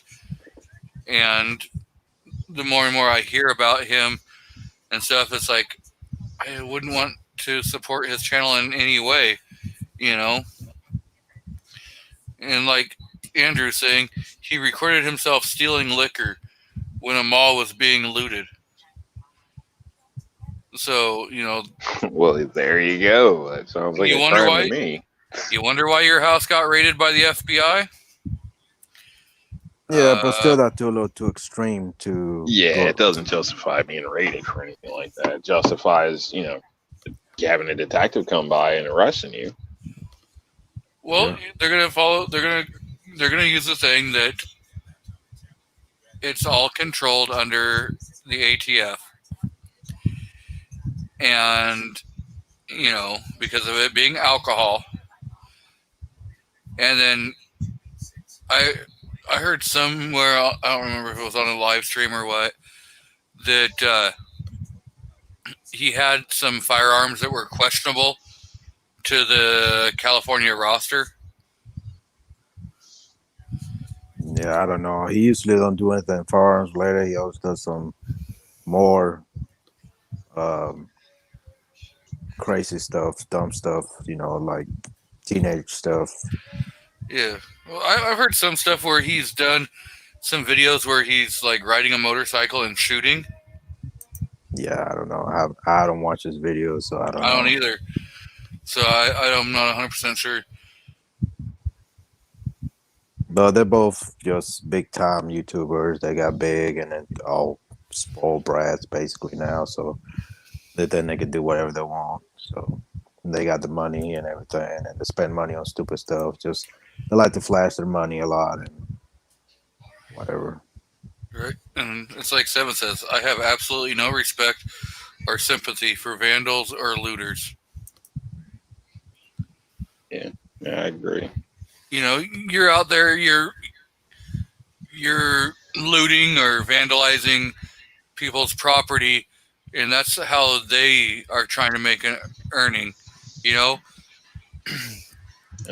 simple shoplifting. I mean, that's why people don't get raises or bonuses, or why prices go up. Insurance fraud and all this crap. Yep. Everybody's out for themselves and screw everybody else. Well, I don't appreciate that. Well, it's like you own your own, construction thing. You're, being a contractor. Yeah. If somebody steals a miter saw from you, you're going to have to adjust that cost to replace it onto, maybe 10 new contracts, because you can't just afford to go I'll just go replace it. And now you're eating that cost, and even if you try writing it off on your taxes as a business loss, okay, you're still going to be waiting, depending upon when it happens. Say if it gets robbed in January, you're not going to get reimbursed for that expense until the next January, Yeah, and reimbursement's always a questionable issue because a lot of times they want to, what they can call replacement value. So good luck, finding something that was used to the condition yours is used. So you're normally still out of pocket a little bit. It takes time, and in some professions, insurance is a little tricky to get. So you don't really want to push buttons on your insurance company, because when you got your renewal, they just won't take you. And now, in my situation, I'd be kind of stuck because I'm kind of in a sweet spot where I'm covered in New York and PA. As long as 51% of my work is in New York, then it's fine for tax reasons. But I don't do a lot in PA, but being fairly close, I travel hours for work. It's good to have. So yeah. And in my area, that's the only people I can deal with where I can actually walk in and yell at somebody, or not necessarily yell at somebody, but worst case scenario, I want to talk to somebody, not a phone, not a email and all this crap. No, I want an office I can go to have a conversation. That's what I pay for. If I need a certificate right now, I can call my guy, and either he sends it over electronically, or I can go pick up an actual certificate in like 15 minutes. By the time I put the call in and drive there, I'm ready to go, and usually get a free cookie and some stickers and a new calendar. So that's what I prefer. I like. So the truth comes out that you're just doing it for the cookie. No, but the cookies are good. So, and you know what? He's a gun guy. So that's See, another there you nice go. thing. So, yeah. There you go. So Warsaw was saying maybe he wouldn't be a complete fool and idiot like what he did in Japan.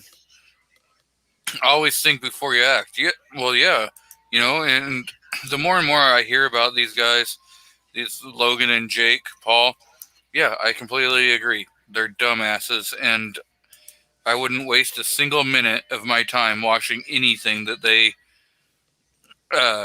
have to put out. I see we have Mr. Patriot in the Dark. He does great videos, and if you haven't seen his newest shirt, you should. If he offered it in my size, I would be definitely buying it. I may get one for the wife. Yeah, just that I don't support those guys or know anything about them. I think I saw Ozark's video too. So Yeah. that's where I was getting my information from. And then the name reminded me of the body thing. So, you know, I can't say yay or nay. From what I've heard, they sound like crap, but you know, not my cup of tea. But you know, Exactly. just putting that out there. I just bring it up as a topic due to the raid and you know, the idea of being a part of something in a space that's you shouldn't be, and all charges being dropped on national TV. So that's just kind of shocking. Yep. And, you know, I have enough people that I watch, you know, Carolina EDC, Foss, you, Warsaw Patriot, Patriot in the Dark. If Seven ever puts out videos, I watch him.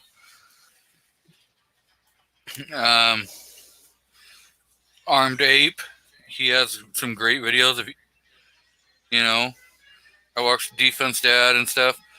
A lot of the, you know, smaller gun channels that under, you know, 50,000 subscribers. You know, they put out, they're hard working. They're putting out, you know, a lot of great content and stuff. And so I don't need to waste my time going and watching somebody being a complete and total moron, you know, or dumbass, you know, and putting themselves into situations that if you think a little bit, you know, you go, why the hell would I even go there? It's like, yeah, I could go right now and I could drive up to Portland and probably make some great videos of morons, you know, doing moronic things. And I could probably gain 1,000 subs overnight by putting those out. But why? You know, I'm just going to ask for stuff, you know, that ask for, you know, you're going to have viewers and crap that are going to come on and it's just going to turn completely not what you want for your channel. So you kind of got to look at, okay, well, this is representing me. And am I going to support something that I don't truly believe in? You know, am I going to give it my time, my effort to go and be a part of because you're a part of it? If you're filming it, if you're doing it, you're a part of it.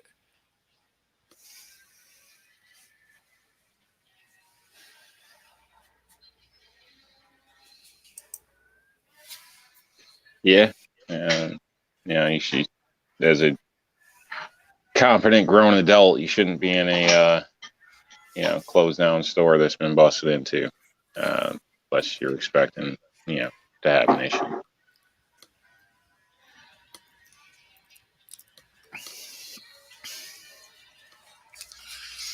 I looked at the story, Patriot, the day I commented on your video a couple days ago, and I think the largest size on the shirt went up to 3X. But I will definitely go and double check that again. You want it bad enough, you'll become Richard Simmons. Buy two and sew them together.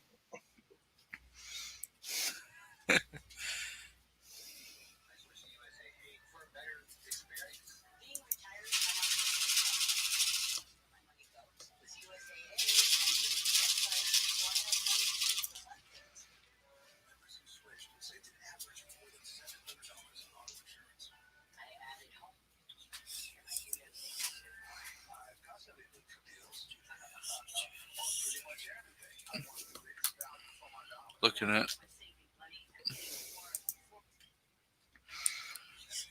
Yeah, checking my neighborhood, watching cameras. Something's going on. Got police hanging out over in the parking lot over here. And everybody got quiet. Something's up.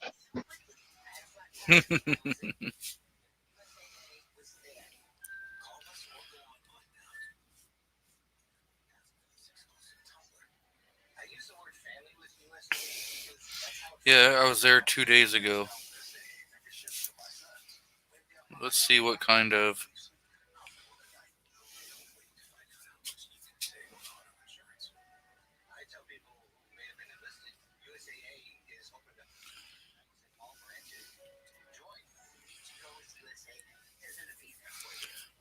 Looking for the link that he has.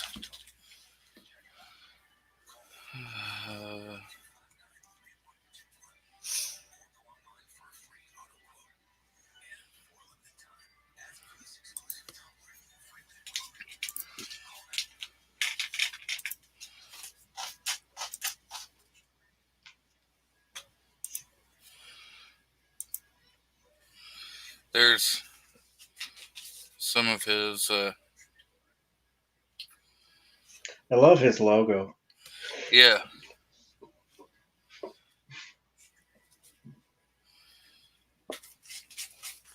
I was looking at this one.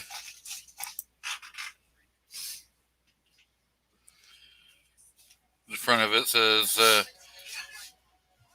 PITD, and then it says hashtag never fear the dark. And then if on the back of it, it has his Patriot in the Dark logo. That's what the front of it looks like. And then he's got some pretty cool colors. I mean, you can.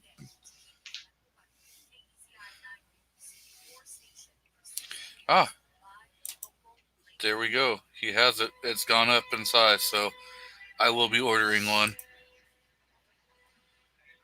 There we go.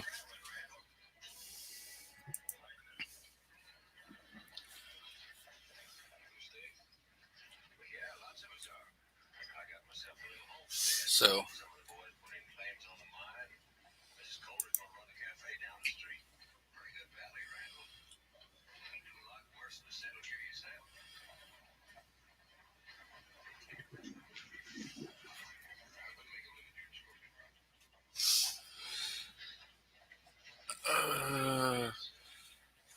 To open up links, I gotta pull up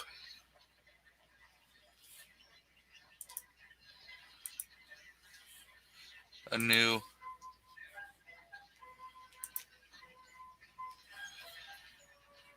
tab. Always fun. So do your kids have collections of brass just sitting around their rooms? Do I have an issue? I don't have kids.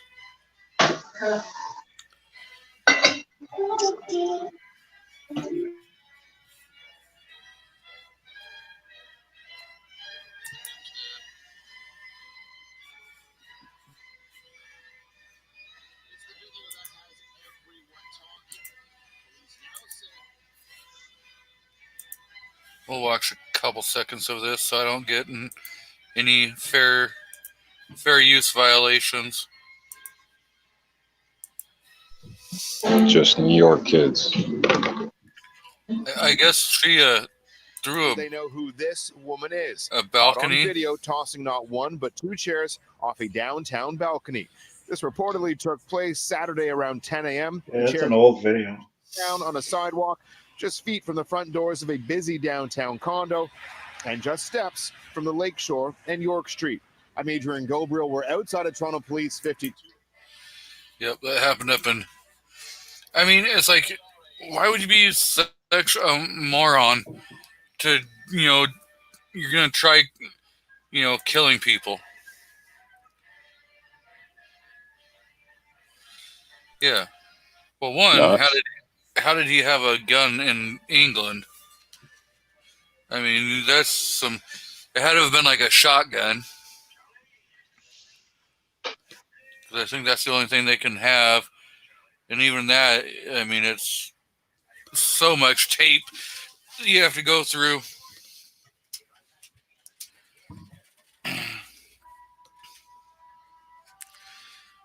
I almost got killed by a lazy boy on the highway years ago. Yeah, it's stuff falling out of people's rigs. Yeah, I don't know if it was a rig or what. It was a bridge, and I was driving through, and I didn't notice, anything above or whatever. It wasn't in my perception. Just driving along, and all of a sudden, I kind of seen a little shadow or something. Instantaneously, I jerked the wheel. Thank goodness there was nobody in the next lane, and a chair just turned into a pile of dust in front of me, right to the side of me as I went by. So I'm very thankful that didn't hit my car, because I don't know if I'd be here. But some serious stuff. There's somebody on a bridge yesterday that looked like they were dealing with a kid in the back of a van, which is a weird spot to park. But when I got close enough, I realized I was seeing their backside, not the front side. But now I'm always watching and ready to play Frogger at bridges. So keep that in mind. Yep. You walk, you never know what's going to happen when you're driving down a highway or a freeway. I've had a tire bounce, and I had to lock up my brakes to keep from having it hit my windshield and stuff. I've had rocks come bouncing out of rigs and break my mirror. Those damn I had a hard hat contractors hit my that car. don't strap anything down. Well, this was scrap materials flying off trucks, ladders, and stuff. I mean, it this don't was out of matter if it's hanging out the back. Strap it down, man. Just common courtesy. Or somebody's this was kid out of gets killed or something else. People are stupid.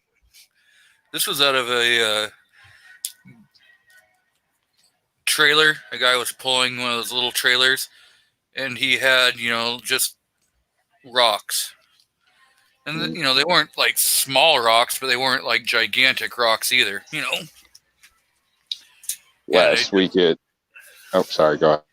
And it just, he didn't have a tarp or anything over it. And so it went, blowing down the road, and rocks go flying everywhere. Last week, sorry, I don't mean to cut you off. I keep thinking you're done. My bad. Oh, go ahead. Go. I'm done.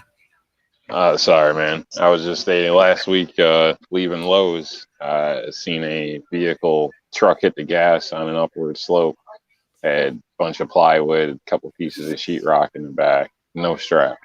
Car right behind him when the light changed. The truck hit the gas, stuff started sliding. The other car behind him wasn't paying any attention, started driving, and the sheets came right out into their grill and got stuck there right on the road. And the guy in the truck just kept driving. So actually, it was a lady in the truck. So, yeah, I mean, this stuff happens all the time. So, it's especially going down the highway at 55 or something. It's a serious deal. People should pay attention to their loads.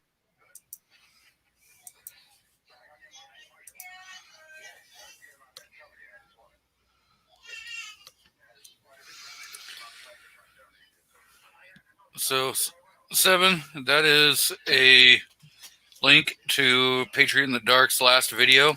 So go ahead. Go ahead and give a plug, Carolina, before you jump out. Yeah, man, I appreciate the invite and everything. I'm going to get off of here, trying to join the rest of the evening. But, yeah, make sure to check me out. You know where to go. Find me pretty much anywhere. And also go to Gunstreamer. A lot of people don't know about Gun Streamer. Make sure to look up everybody over there and sign up as well. Best way to support me by using all the links in my homepage. If you know my homepage, go to my about. Used to be there. Check me out on all social medias as well. And I appreciate all the invite. Well, we appreciate you jumping on the panel. So thank you. Yes, sir. Y'all have a good one. You too. Be safe. Later. So yeah. Yeah, if you like free stuff, you should sub his channel. That dude is giving out so much stuff, I don't even know if it's legal.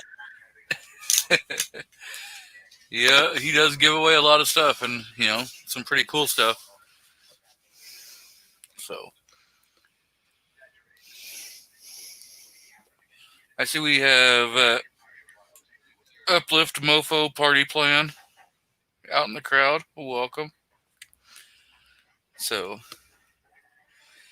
and it looks like Patriot says he has some new ones coming.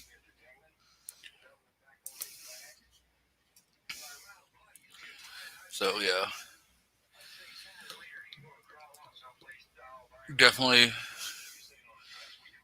I haven't heard from Wheeled and Well Armed lately. I haven't seen any videos.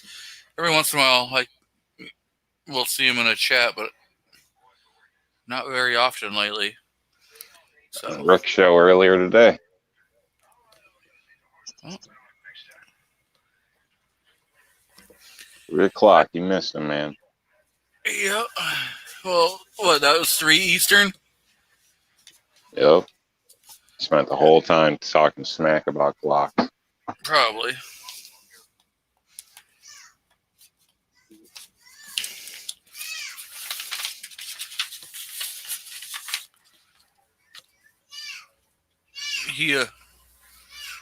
I did a video on it, but his channel packs.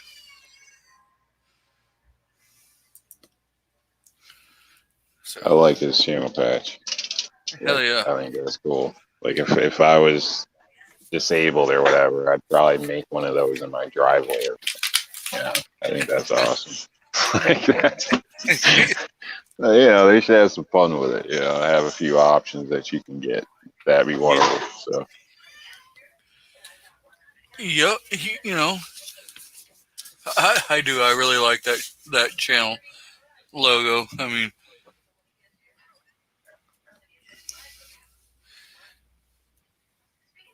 you got Patriot in the Dark's channel logo, which is pretty darn awesome too. And then I got something super simple. Like there's no thought process.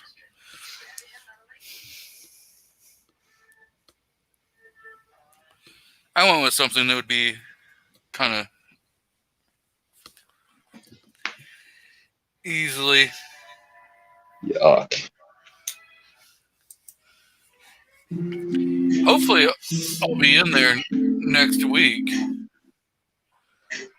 And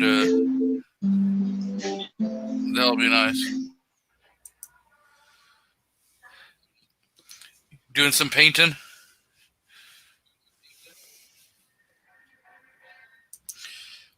Oh, Rob jumped out. Hey, all.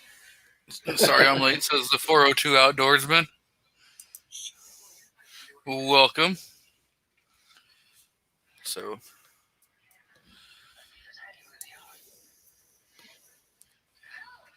I know. Sorry, hit the wrong button. Not me, the lady. I'm off this weekend.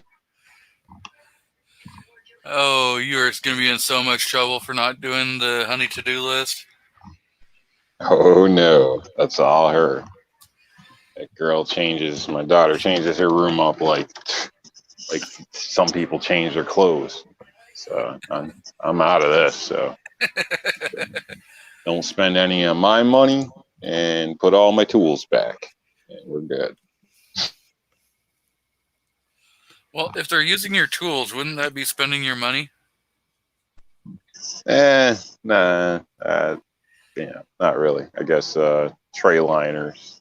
They're cheap rollers. So Roller brushes. most important is putting stuff back. So when I'm running to grab something, I know where it is. That's the biggie. Andrew says some free advice.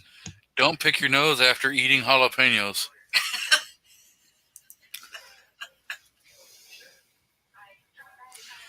Jalapenos aren't bad. Try it after eating like a Carolina Reaper or a ghost pepper. Then pick your nose. Well, that's going to cause a whole different problem, woman. If you're picking your ass.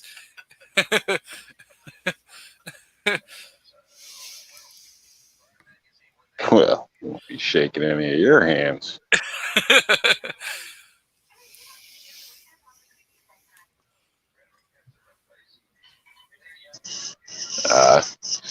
Got me for some PEX tubing. They made some chandelier type things with yarn, and I don't even know, it's not even complete yet, but it doesn't look like a piece of PEX tubing anymore. I'll tell you that. It's pretty cool. So little things like that I'm all for. So it's better than sitting around playing video games or bullshitting online all day. Patriot says, wait, you guys don't go get your hammer out of your kid's closet? Isn't that where all of us keep them? I guess I'd have to have kids. Little tip, have several hammers. The one I love, the framing hammer, nobody likes touching that one. I guess it's too heavy. But Now that's what, the hammer. That's a real hammer. What size framing hammer do you have? I should know, right? I should know, but I don't. 16 ounce? 16 ounce? 14 ounce? It's gonna be like 24 ounce. It's pretty heavy.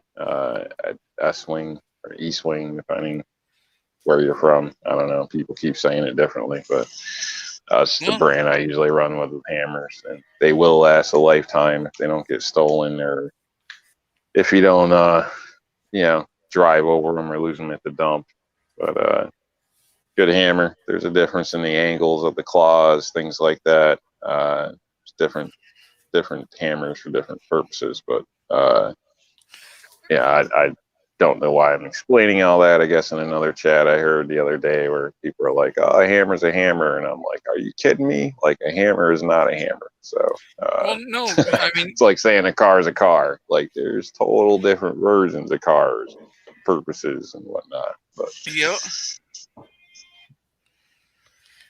I'm not even gonna ask why you would say that.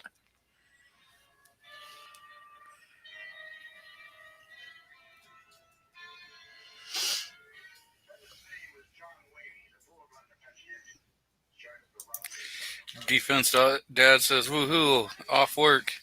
So he's probably driving home.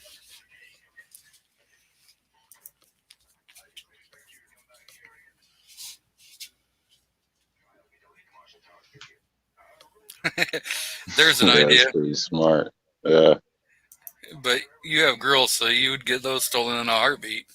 Yeah, well, that's the funny thing. They don't like pink. Like, neither of them like pink, but now the room's getting painted pink. Figure that one out. Like, I don't get this. But, nope. Yeah. I don't know.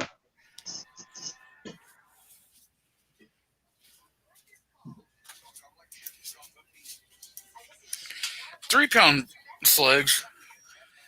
That's not a problem solver. You got to have like at least a 20-pound slugs if you want to say you get.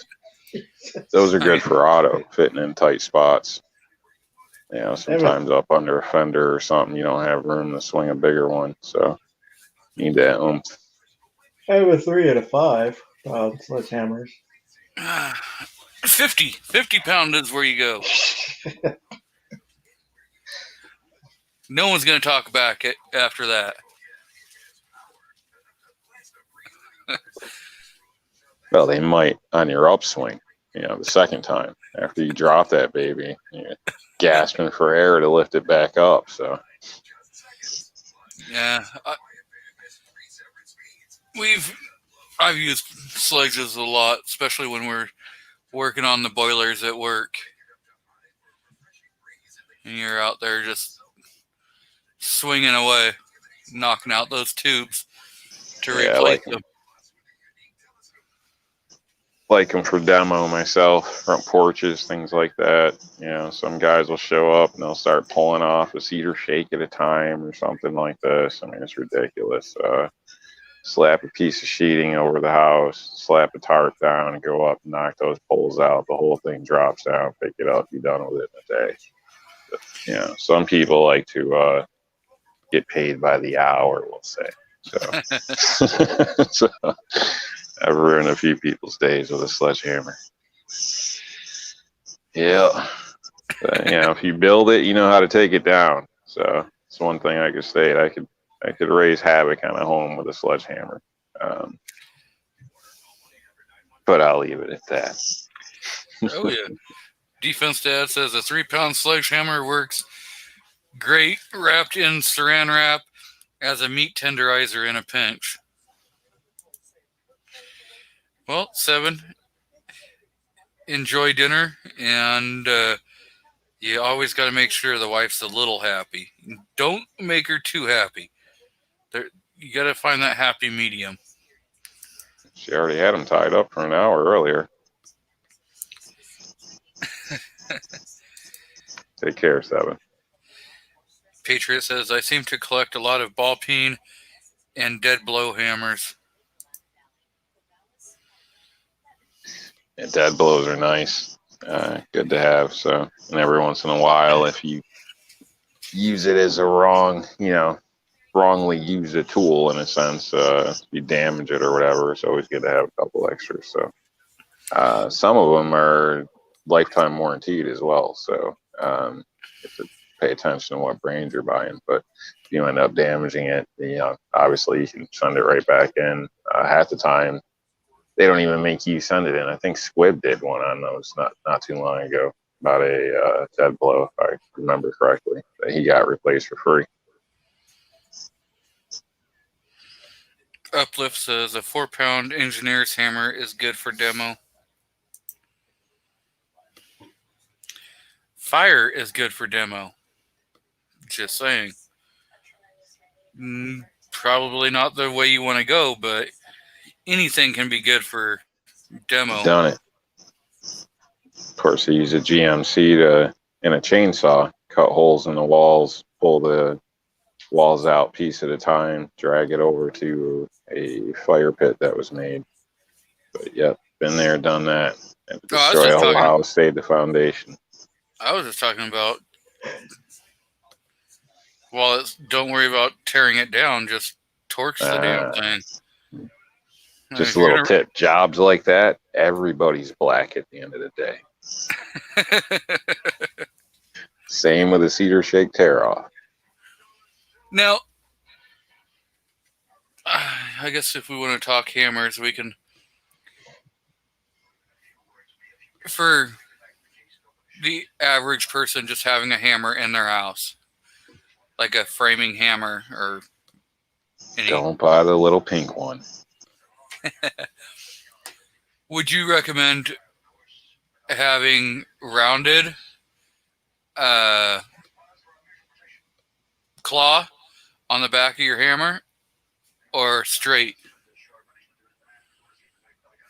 I would personally say in between if you can, and a non-waffled head, basically a flat, smooth head.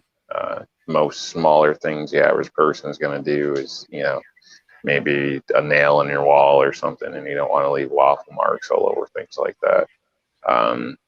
Having the claw that's actually opened a little bit actually allows you to get onto some things. Some of those cheap hammers I've seen from dollar stores or this or that, I mean, your fist is almost touching the ground when you're trying to get the claw on a hammer. That's no good. Worst come to worst, you should be able to strike a nail with the claw, to get it to bite or whatever, if you're not concerned with damaging the sheeting or whatever you're working on. So I would personally buy something that's decent and expect to keep it a lifetime. So, if you buy a good one, you only need one. So, And obviously, if you could do more with it, that could take a role of being a substitute to, I don't know, do some, do it yourself work on your home or whatnot. But you get one of them little cheap dollar store wooden handle ones, don't be surprised when you punch yourself in the face with a piece of wood handle. So.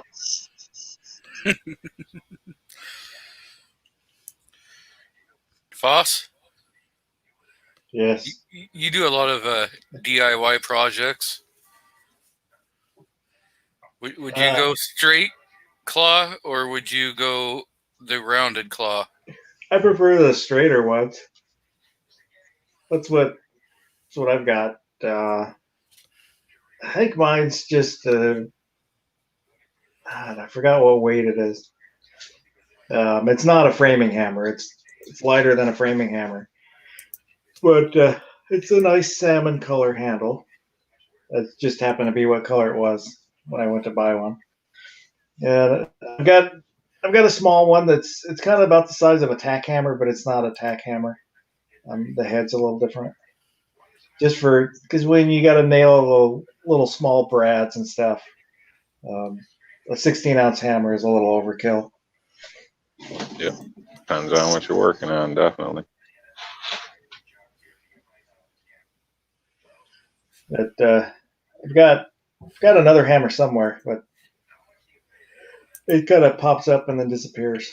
So. This might shock people. I use a sledgehammer and a brass punch to try to remove my Smith & Wesson factory sights. It didn't work. I have one more kind of like this. Your hammer is stubby. Well, it's. You see, that's funny. That's what that is. But I can see you getting a real sore wrist in a tight spot. I mean, that could be a lifesaver in the right spot, but I was gonna state proper use of a hammer makes a big difference. I've seen grown men choked up on the top, just tat tat tat tat tat tat tat tat. Yeah. Flipping out because the nail's just bouncing on the sheeting. It's like the a framer, longer. you tap that baby to set it, and it's dropped. I mean, it might be 3 swings, it's done. That's it. So if you're sitting there tap tap tap tap it, you're doing it wrong. Yeah, I've got the longer, like 16-ounce, but it's got that gray and black, not the red. It is. I guess if I would have gone down, it's that one right there. That's the one that I keep in my kind of toolbox. And it is the flat nose, no waffle. Yeah, I would only get a waffle if I'm framing. But I kind of prefer the metal shaft hammers, like the ones that are up a little bit. Like that one? Yeah, that's kind of like I have, but that one's heavier than mine. It looks like it's longer too.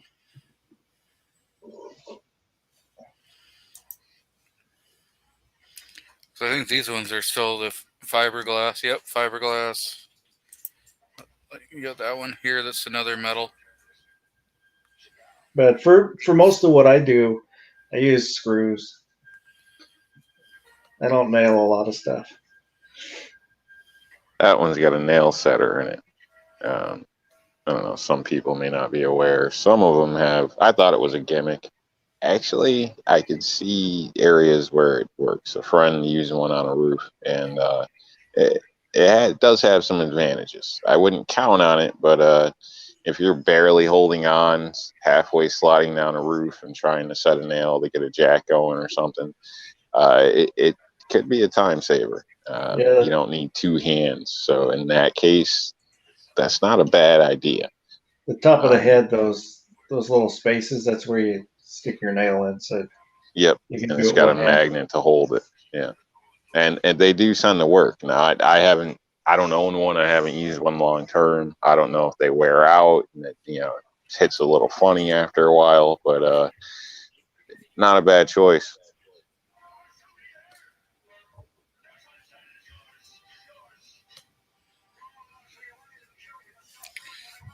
We have a lot of these 2.5 pounders at work.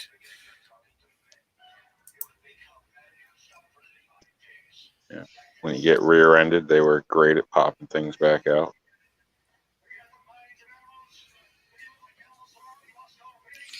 Pry bars.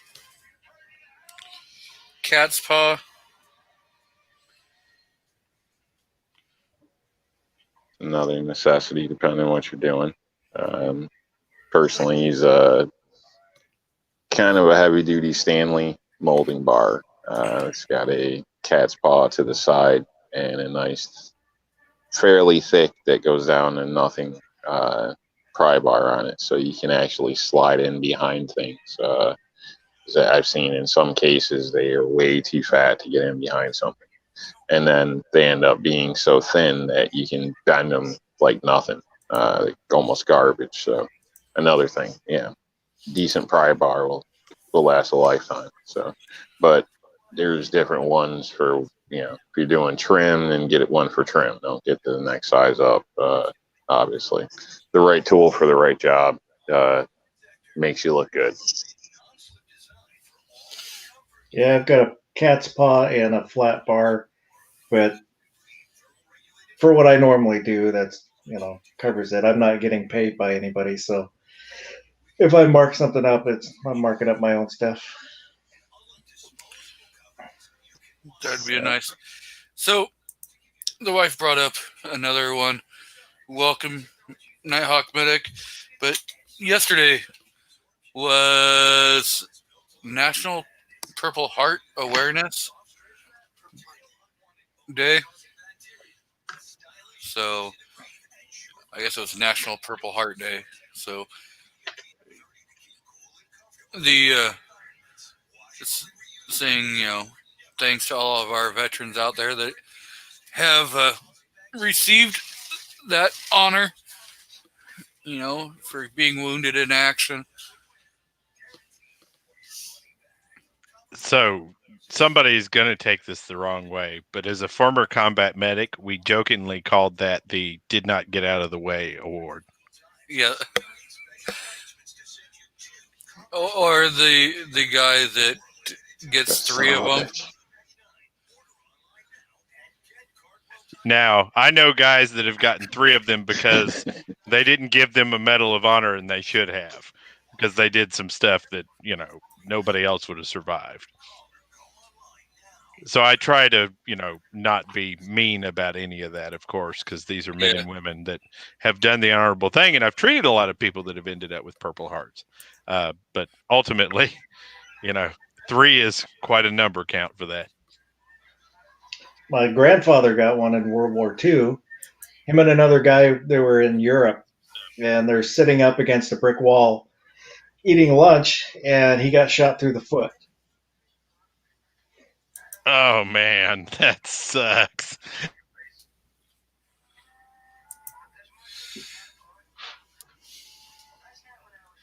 Most people don't realize how destructive that is. A high-powered rifle cartridge through your foot, that one you get for the rest of your life. Yeah, from then on, he had to have a special shoe made anytime he got shoes for that foot.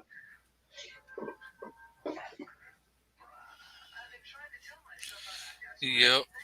So we were discussing home defense and hammers. And hammers, and we've kind of been discussing a lot, but hammer's a good home defense tool. It is. You can say what you want, but let me tell you something. You can do a lot of damage with a hammer. Hammer in my hand is more comfortable than a gun, you can state. So it's a part of my body. So I'd be cautious with people. I'd combo it with a smoke grenade, and you're good to go, man. You can get all sorts of damage in. I once hit one of my sisters in the face with a hammer. You can prove anything? Well, my cousin and I, we were throwing the hammer through a plastic sheet, and my little sister walked behind the plastic sheet when I threw it. Nailed her in the face, but didn't do any permanent damage. I keep a war hatchet, and an actual Francisca, but I've never used a hammer. I mean, I Oh, guess dog. functionally it'd be the same thing. Well, I'm French, so using a Francisca actually makes sense. I thought it was, the whole Mel Gibson Patriots moment in the movie. I mean, that was awesome. That was awesome. Not to take anything away from that. So, Yep. on the home defense, has any of your home defense weapons like kind of changed due to the civil unrest that's going on, and also with the ammo shortage? Have you kind of, well, maybe I'm not going to use this one. I'll put something else. Yeah, I built a MKA 1919 that can run 1,100 birdshots wax I slug want one. rounds, and I put the aluminum lower billet on it and modified it so it would actually use the 20 round drum and the big 10 round magazines, and now I keep that as my anti-breacher or riot weapon system. Oh, there you go. I see we have Two Gun Kitty out in the crowd. I do believe I sent him a link if he wants to jump in. Oh, there we go. Yay, kitty! Are you there?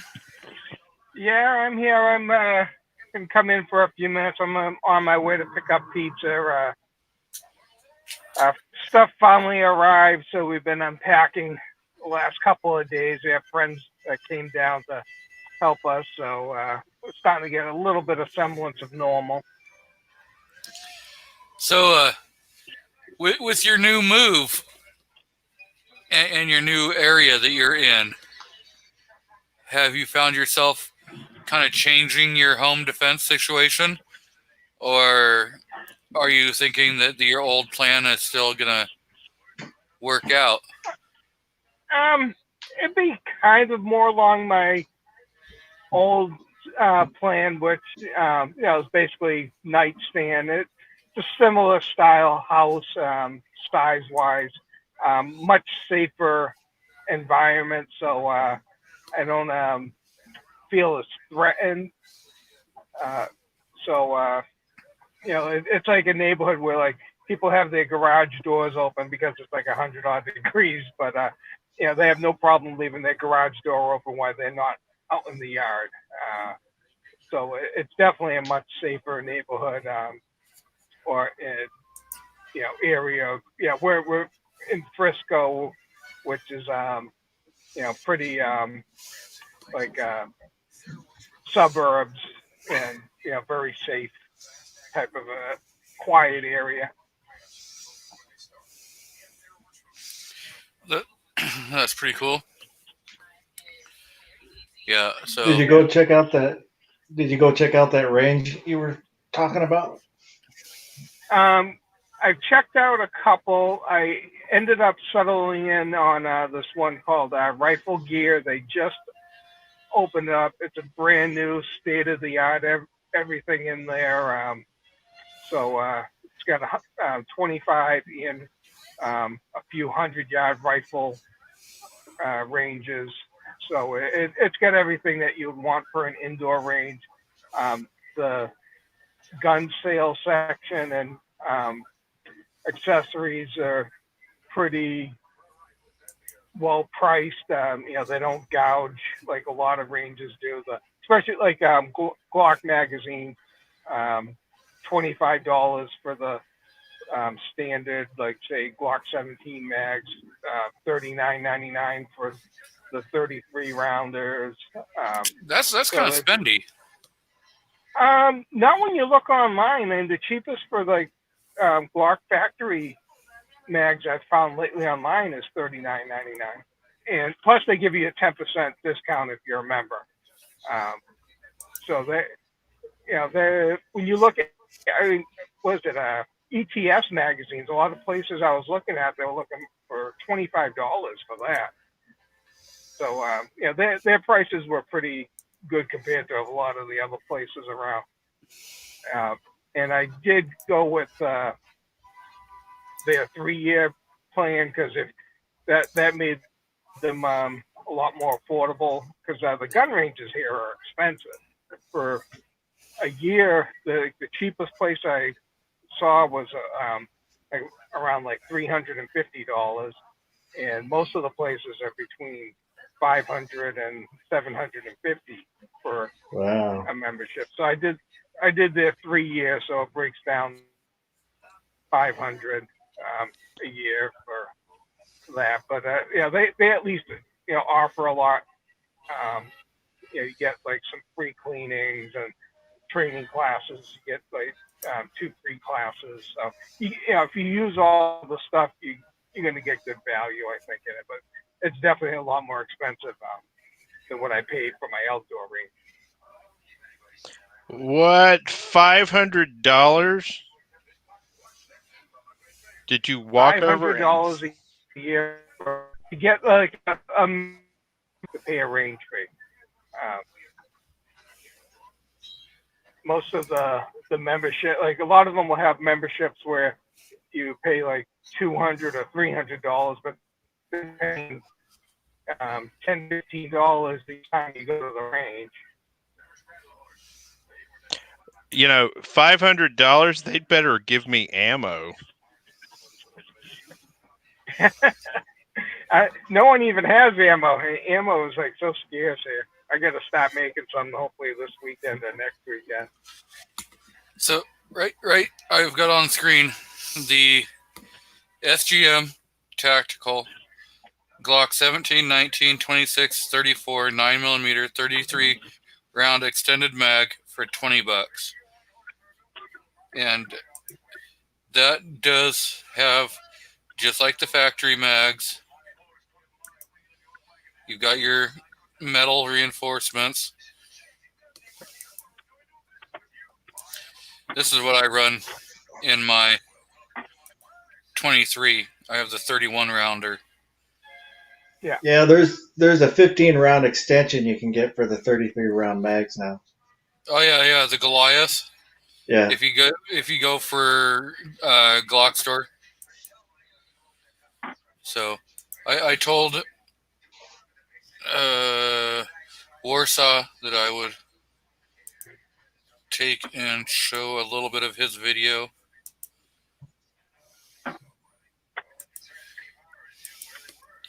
He has this one. He's thinking about making a larger sign like this that has the never forget evil exists.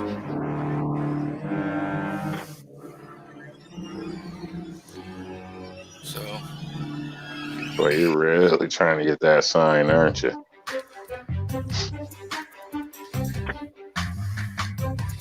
I already have a sign from him. I have my logo, my channel logo that he did. All I get from people is bills. But yep.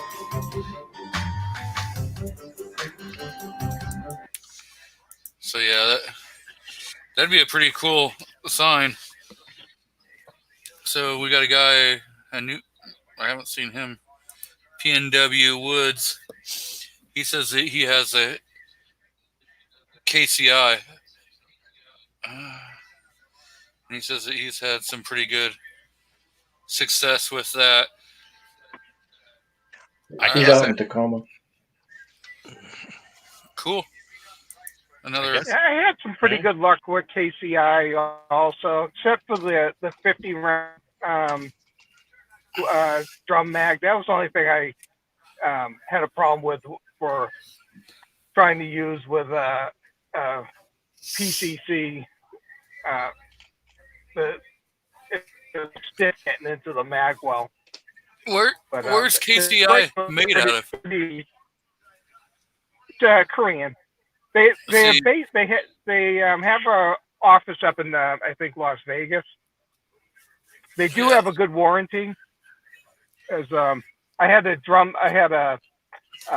bad round that like blew up the the mag and messed it up, and I sent it off to them, and they replaced the drum mag free of cost. So they they're pretty good with if your mag gets messed up, if you email them, they'll replace it. I picked up 3 of the SGM Tactical 31 rounders for the 40 cal, and those are made in America. They've got a 5-year warranty on them, and I know Nighthawk Medic was about to say something, so let's let him. No, I was just saying, man, I've got, it looks like 8 of those Korean 30+ round Glock mags here, and I've just never had a problem out of one of them. They've been great.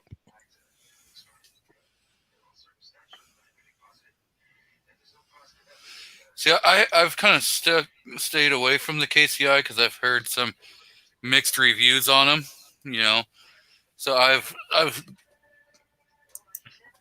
and I do like the fact that, like with those SGMs, they have the metal, you know, feed lips in there. They just like your factory, and they right on there they exceed the OEM, you know, specs. So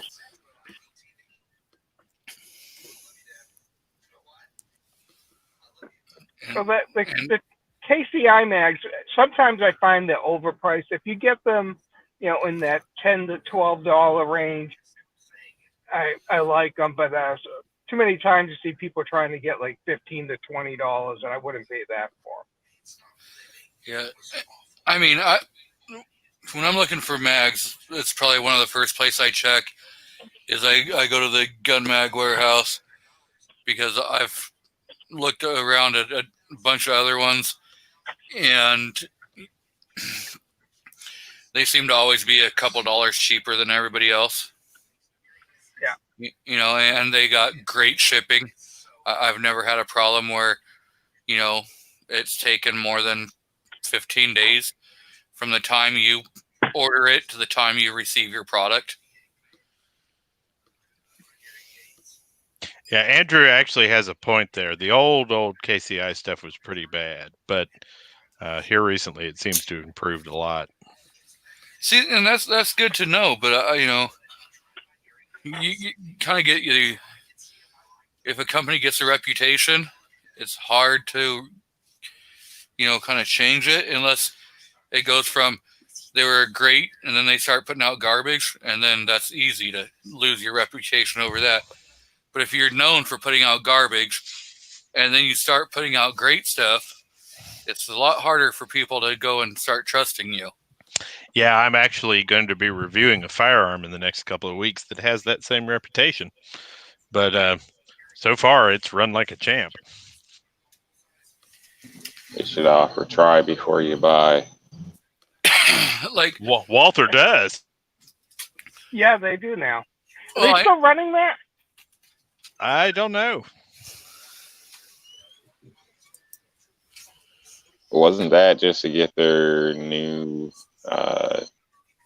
all steel, what is it, PPQs or whatever, out to people? I think it was just the PPQs in general. Okay. It wasn't due to any problem with the firearm, was there? No. I haven't heard of anything. No, I'm referring to a different I think it was just, you know, trying to get.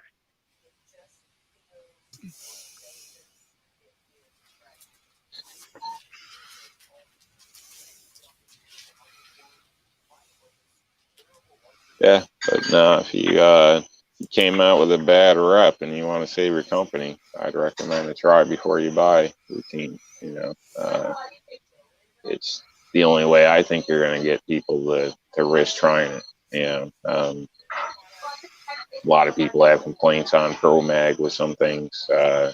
For guns I use them in, they work great. I don't have any issues, but I'd be very hesitant to buy one for a different gun. So, yeah, I guess it's you gotta try it, I guess. So, but most people aren't going to want to invest if they're stuck with it. I've abandoned Pro Mag. They sent me 2 drums for a shotgun, and both of them shattered like they were made of glass. So Wow. So Patriot in the Dark says, your thoughts? Is it worth $35 / on sale for $12.50 for 1 acre of land on Mars? I just got an email. Only if it's sight unseen. Only if they'll take you up there to look at it first. Yeah, I definitely want. $35 for the acre. Yeah, but it's on sale for I'd wait. $12.50. I'd wait out the market. I think there's a bubble right now, and it should go down. With as much junk people spend money on, you never know. Hey. But like, so I was looking all over at lots of different places, local gun stores and everything, for some SIG mags for the wife's P320, and everybody wanted like $45-$50 for the 15-17 rounders, and I found them on Gun Mag for $40. So should check out CDNN Sports also. They're having a sale on mags. Yeah. Well, yeah, there's a lot of places that are doing sales on mags right now. I need to probably pick up a few more. I don't see anyone offering fun sticks for the 320.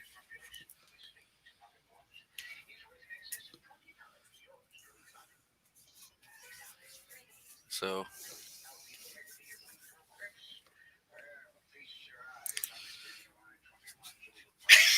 PNW says, yes, the ones in the last 2 years or so have been great.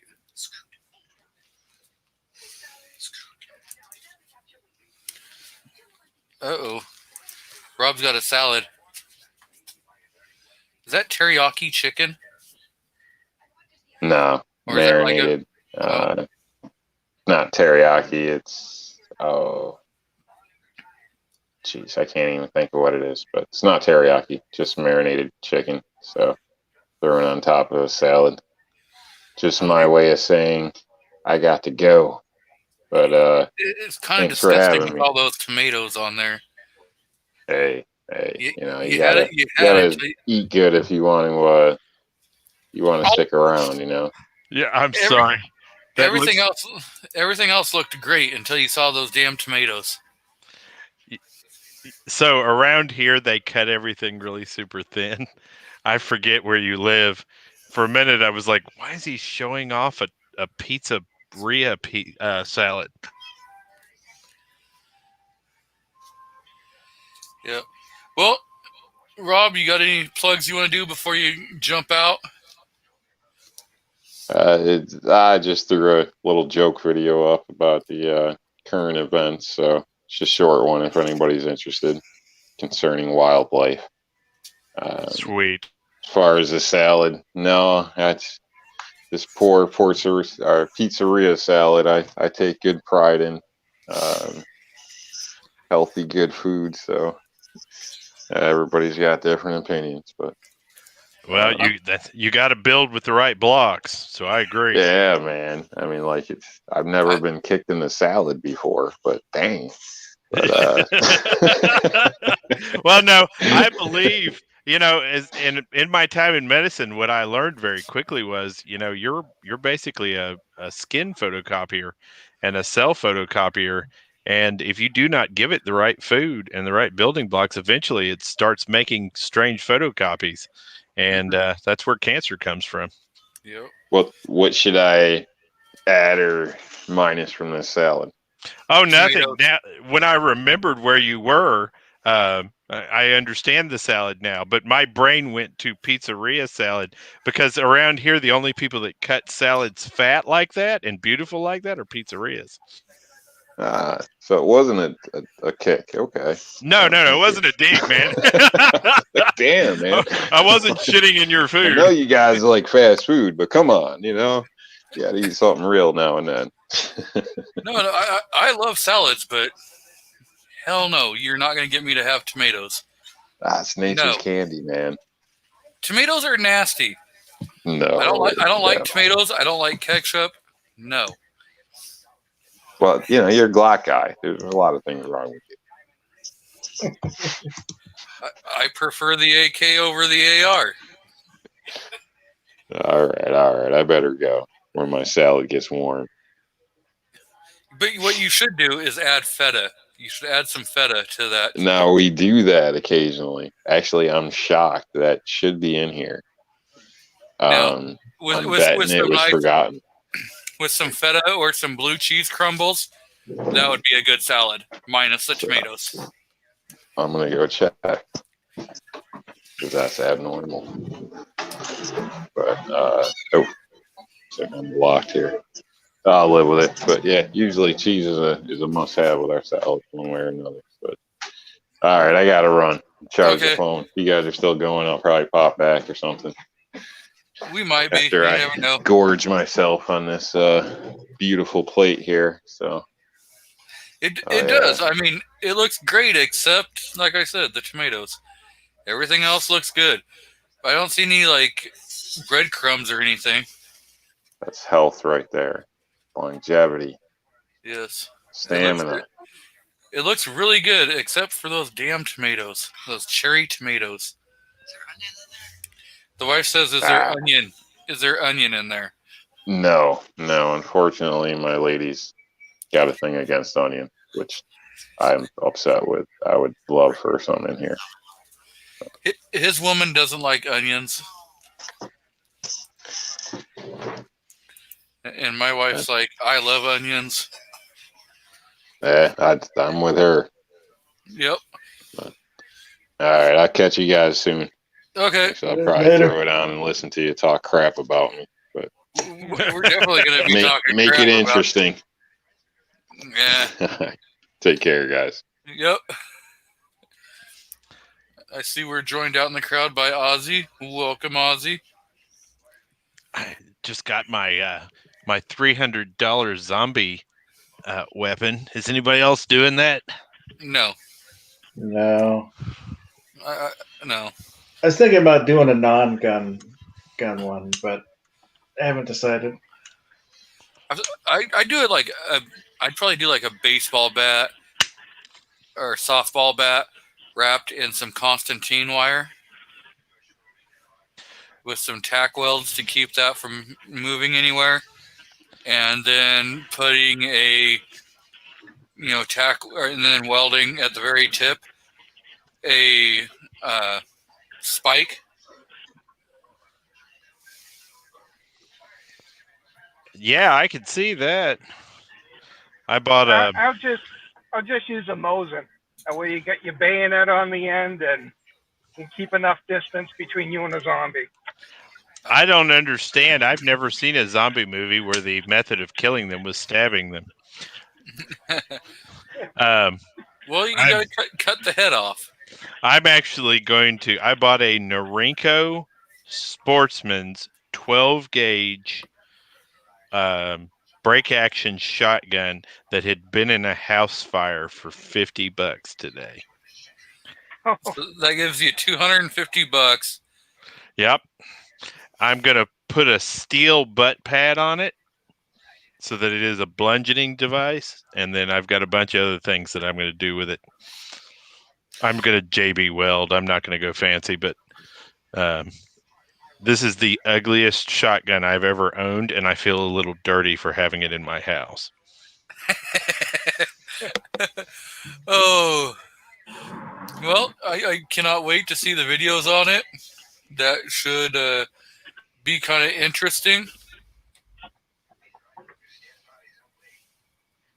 It definitely will be. I have a AK with a bayonet, so that'll be my zombie gun. And no, it's not $300. Oh, and SKS would be good also. So would be an HK91. Yeah, but can you get that for 300? Oh, see, I'm not going to worry about the price. My life is worth more than, oh, did it cost less than $300? That's true. Yeah, if we were really going with a zombie gun, then a nice Beowulf. Yeah, I mean, we'd be talking something that's got a little impact power. I want to see melons explode. Get a nice 50. Hell, get a Glock, and you could even get the used Glock. Get the 50 GI conversion barrel for it. But the conversion barrel and mag, I think it's 1 or 2 mags that come with that, is like $600.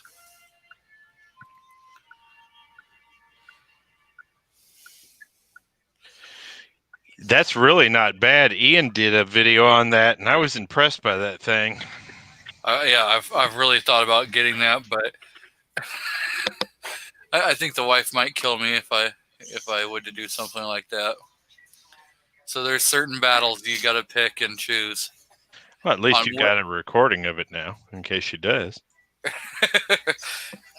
Why do you think I put these kinds of things out? If by chance, you know what happened. I went and got a conversion barrel, and I ended up dead. And the wife's not yelling no. You hear she's laughing in the background. Just absolutely with joy in her voice. Yeah. I mean, there is no trying to deny that.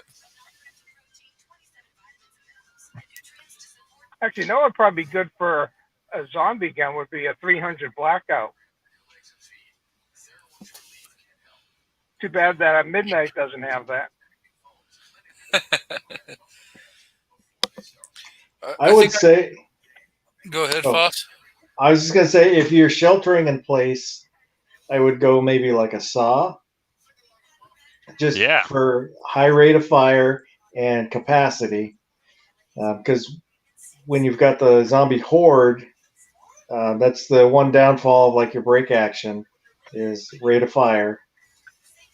And then if you got to move, then would probably be like a 5.56.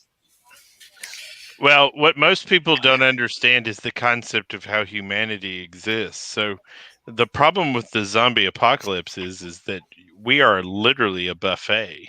And so if you take away our protection, which is our ability to go indoors and all those things, the world begins to eat us rapidly. So really, break action is perfect for cleanup. In addition to that, the only ammunition we have never had a shortage on in the last 15 years is 12 gauge. I know how to make wax slugs.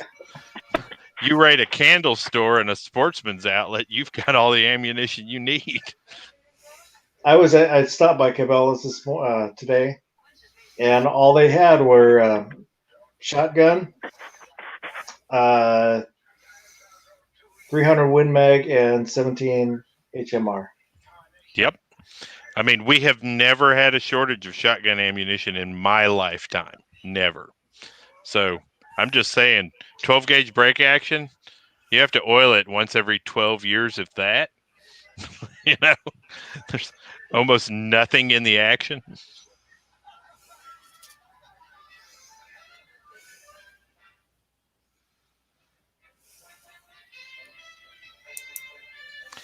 So, talking about home defense, you were looking at the Mark 19 earlier, G23.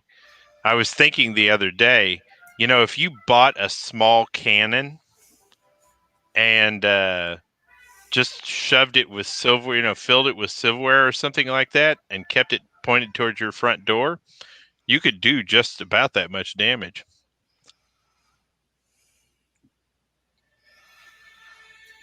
That would be my zombie gun. A minigun? Have you ever fired a Gatling gun, a minigun? No, but you know how fun. Look at that. The rotation of those barrels makes it impossible to hold on to. You would definitely be stationary for that. Spray and pray. Spray and pray. I mean, look at, belt fed.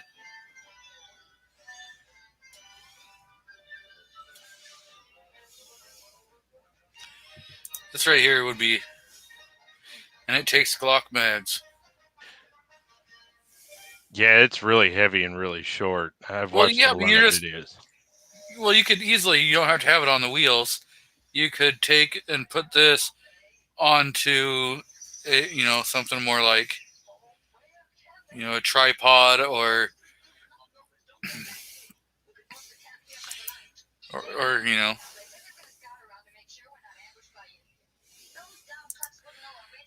you could have it more set up kind of like that. Stop.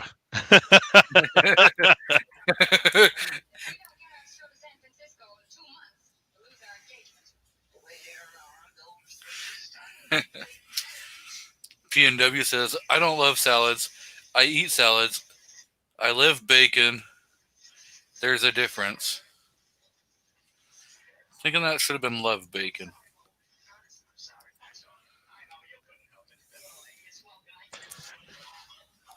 This morning I got up, I fixed 5 eggs, 8 slices of bacon, and toast for my wife and I, and she didn't eat anything other than the toast, really. So, man, just absolutely pained me to eat all of that bacon. So, how did your training go? It actually went really well. It was 96 degrees and 142,000% humidity. We were doing it in full tack gear. So it was, drink water. Yeah, but everybody did real well. The first half was class, and then the second half was the short range and navigation. And how many water bladders? 1 each, but we have, the truck is a water buffalo, right? So you go to Target and they sell spring water for 75 cents a gallon, and you buy 20 of those, and you've got water enough to refill everybody's bladder for a week. That's pretty spendy. I think our water refill is 29 to 35 cents depending on where you go. No, this is jugs. Yeah, for a gallon jugs. Gotcha. It's 29 to 35 cents a gallon. Awesome. Well, are you talking the refill, you fill it yourself, or the on the shelf already filled up jugs? You're refilling them yourself. We don't have those here in this part of town. Yeah. You have little machines you take and you put your jug in there. You tell if it's a 1 gallon, a 3 gallon, a 5 gallon, and then you put in, 35 cents a gallon. Now, sadly, we do not have those here. But yeah, it went off without a hitch. Everybody did well. They followed instructions, and we'll expand this next weekend. We'll take them out. I'll be setting up points that are over a significantly larger distance and kind of testing them. And then my graduation will literally be they'll solo their way out. And they'll be far enough out at that point, multiple miles, that they'll have walkie-talkies to communicate if they get lost. So you're not going to drop them off by helicopter in the forest, give them a knife and a bottle of water? Nope. Turn dogs loose. My question is, are you going to, import some Eastern Diamondbacks? Nah. there's enough ways to get hurt, and the goal is nobody getting hurt, right? You know, Yeah, but what if you come across that when you're out somewhere else? Shouldn't you have training on how to deal with it? yeah, it's the same training I got in the Army. Look, it's something that is not a human. Avoid it. Yeah, but that could be dinner. No. I'm of the survival mindset that if your bug out plan is less comfortable / secure than your current living place, your bug out plan is not a good one. I don't believe in trying to live off the land and things of that nature as a survival plan. Well, if you know what you're doing and you're used to being out in the mountains, there's great ways of living off the land. Yeah, you end up dead real quick. My opinion only, of course.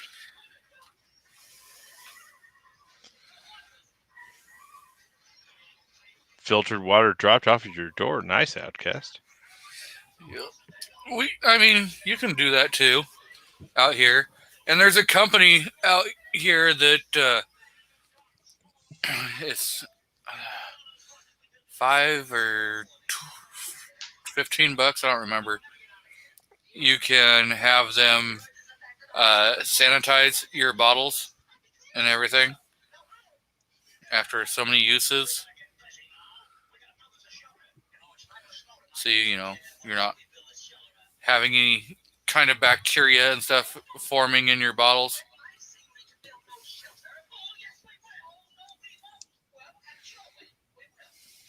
I'm a big disposable guy. I don't like reuse anything plastic. Yeah, around here, you're going to be paying a deposit on anything. And so sometimes, depending upon, what it is, you may end up having to reuse a little bit. Yeah, roger that. So, because you go to the store, you buy one of those, you go to Costco and you buy the Costco brand water bottles. You get 35 or 40 bottles in a pack. It's like $3 for the water. It's going to cost you like $3.50 for deposits. Yeah. So, Outcast, I don't have a bunker. And as a matter of fact, one of the reasons that I'm so big into advocacy is the fact that I don't believe a bunker is a particularly great idea. You can't hide from communism or socialism in a bunker. You have to get out and fight it. You have to be active on it. And so I left a couple of different organizations because their entirety of their plan was to build little David Koresh style compounds and hide in them rather than getting out and facing the problem, kind of grabbing it by the nose. A bunker is good for nuclear fallout. Yeah, for a while. Depending upon what kind of stash you have built up and everything. I have food. I have enough food that if there was a problem with the supply chain, I could hold out for 6 months. But like I said, the plan is to attack the problem rather than hiding from it. Yep. And sadly to say, that may be a lot closer than some people are thinking. Yep, and Outcast has got it exactly right. We're human beings. Human beings are clever. Anything can be taken with time.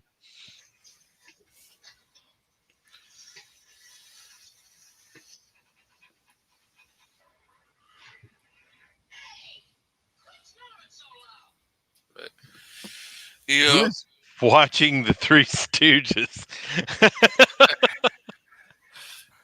My wife. that comes on somehow every episode. That's great. That guy comments says a good bunker makes for a good defensive position, and I guess tornadoes too. Yeah, when we lived in Oklahoma, there were pretty bad tornadoes out there. Yep. I rode a few of those out in a tornado shelter.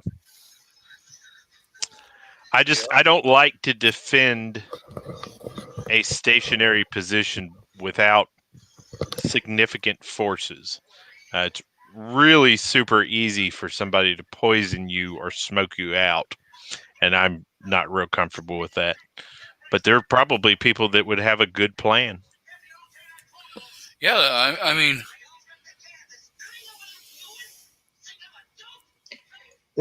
I knew a guy that was in the Army Reserves, and they did a drill where they had to defend a building. I think it was a 5-story building. And so they took concertina wire and put it up the stairwell for the first 3 floors. And he had, I think he had an M60 on the roof. And it was a retired SEAL team that was going to attack them. And he said he heard the manhole cover in the street. By the time he was able to get to the other side of the building, they were already out. All of them had come out of the sewer, had climbed up to the 4th floor to get over the concertina wire, and then overran them. yep. Yeah, against a trained force or a determined enemy, it's really super hard to hold a position. Especially if they're either skilled enough to overrun your forces or willing to throw enough bodies at it. I thought the best home defense idea was spray and pray. Joking.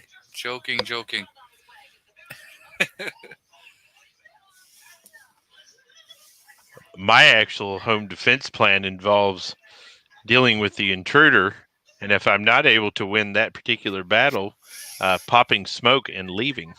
Yep. I've thought about trying to see if I can't get some flashbangs. Flashbangs work both ways. Well, I've been looking at those Bluetooth earbuds that are also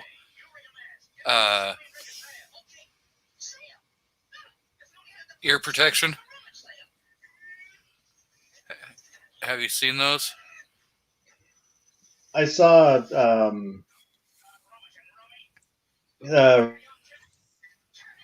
and she did a review of them. Yeah, the Rogue Banshee did a video on them, and I got a pair on the way.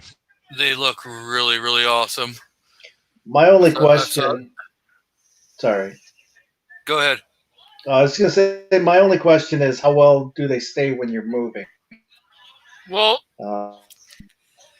they're just like running those iPhone earbuds and stuff like that. Those, a lot of different cell phone Galaxies use those same style earbuds and stuff.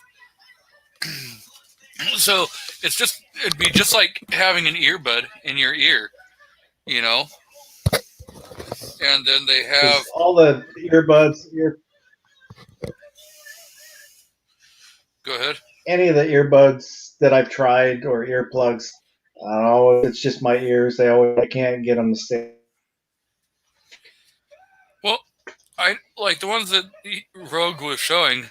They have 6 or 8 different earpieces that go on there, so you could, find ones that fit your ear better.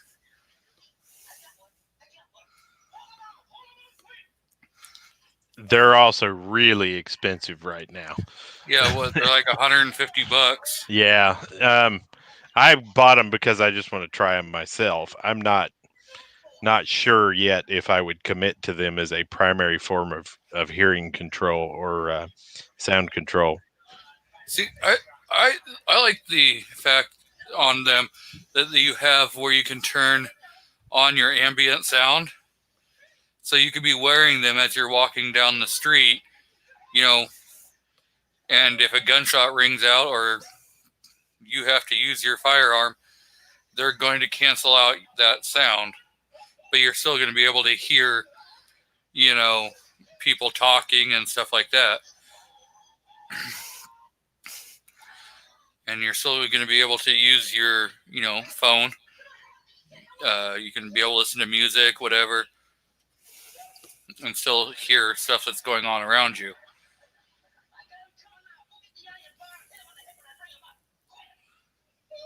That's what's got me intrigued on them. Yeah, I keep a pair of sound amplifying headphones above my bed. So in the event that there becomes a problem, not only do I have Superman hearing, but I've also got protection for my ears. I've got really, really, really good hearing and stuff. So I'm not sure how well those would work. Well, what they do is, so they act anytime a very loud noise hits, they immediately start canceling out sound. And so you can put them on, turn them up, and you can hear, you know, Superman. And then when a gunshot or a loud report, something like that goes off, you don't hear it. It's like it didn't exist. So it works pretty cool. I like it. Yeah. I like if I'm sleeping, if people are being kind of loud, I may not, unless it's kind of awkward, you know. But if people are just having a normal conversation, like the wife and one of her friends are just having a normal conversation, I'm probably going to sleep through that. But if people are whispering, oh my God, I will like come out of sleep yelling, cussing. You know, it's not a pretty sight.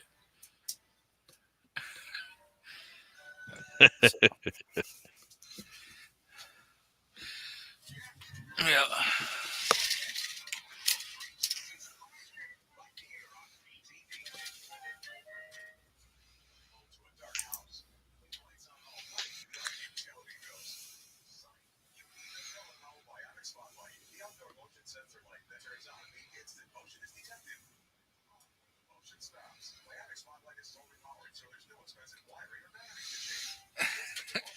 Oh, they're talking about bunkers and stuff, I guess.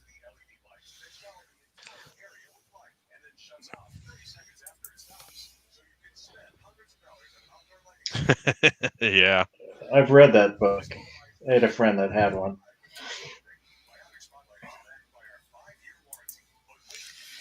Yep, but that's not the book you want to be looking at.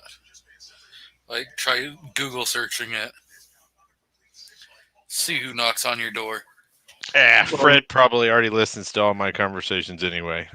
This was back in the 80s before there was Google. You know, so growing up, I was in Wenatchee, and they had it at the public library. You could go check out the Anarchist Cookbook.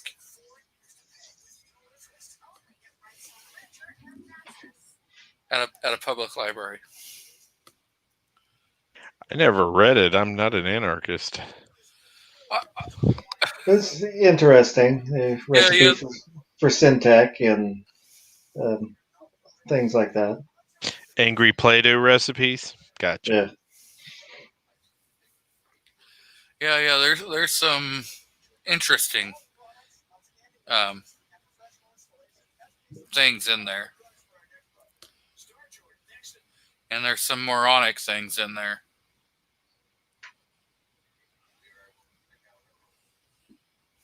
So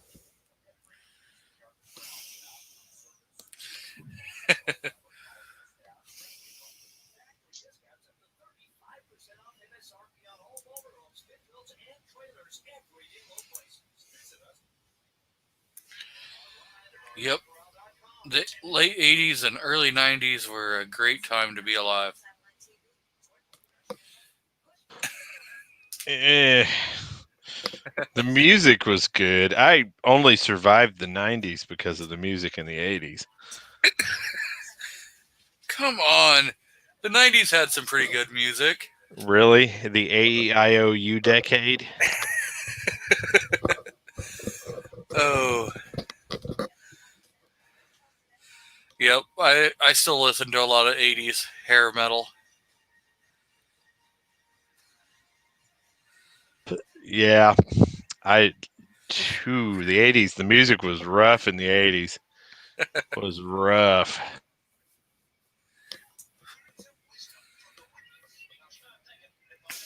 Late 80s, then you had NWA and, Run DMC and some of them. Beastie Boys.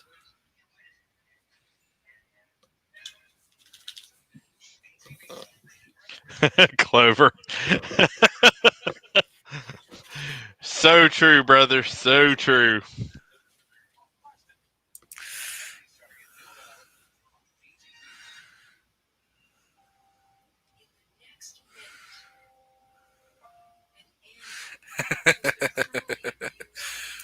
Oh.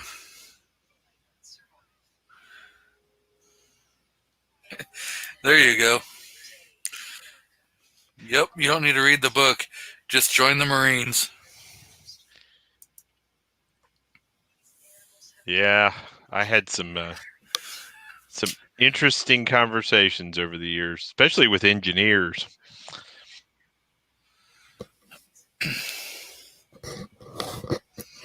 Yes, there's some crazy conversations that happen everywhere.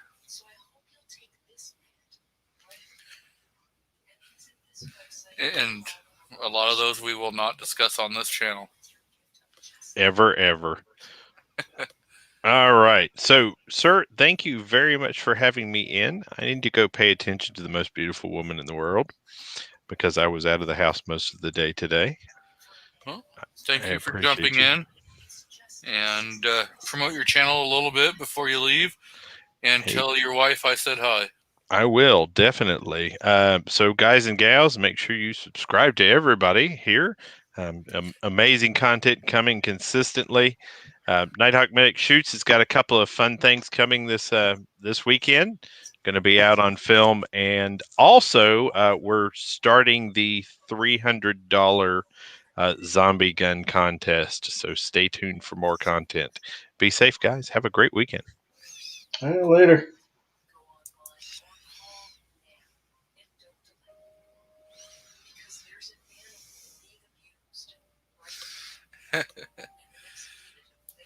Patriot in the Dark says, aren't those hard boiled out in the Texas heat?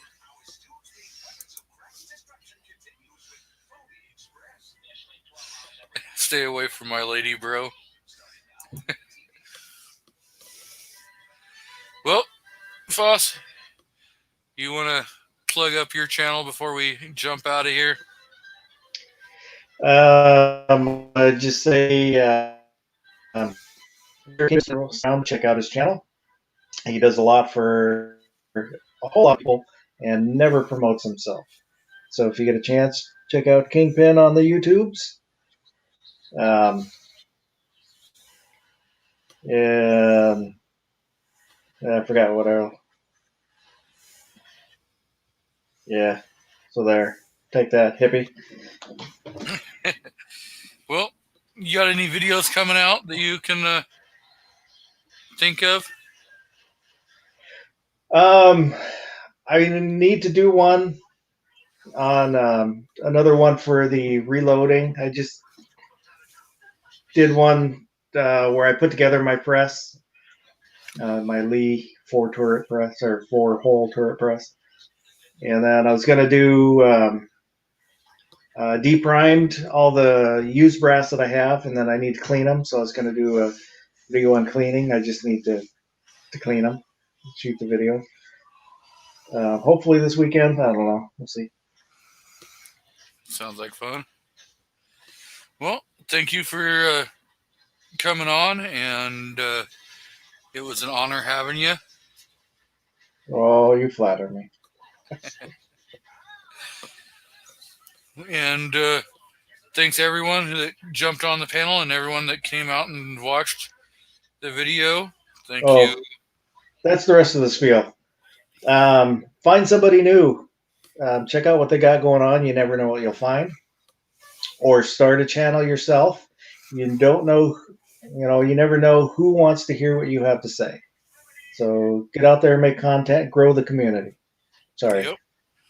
Oh, that's right. We needed more advocates out helping promote the two-way, and trying to change the narrative that has been real common in our society lately. So,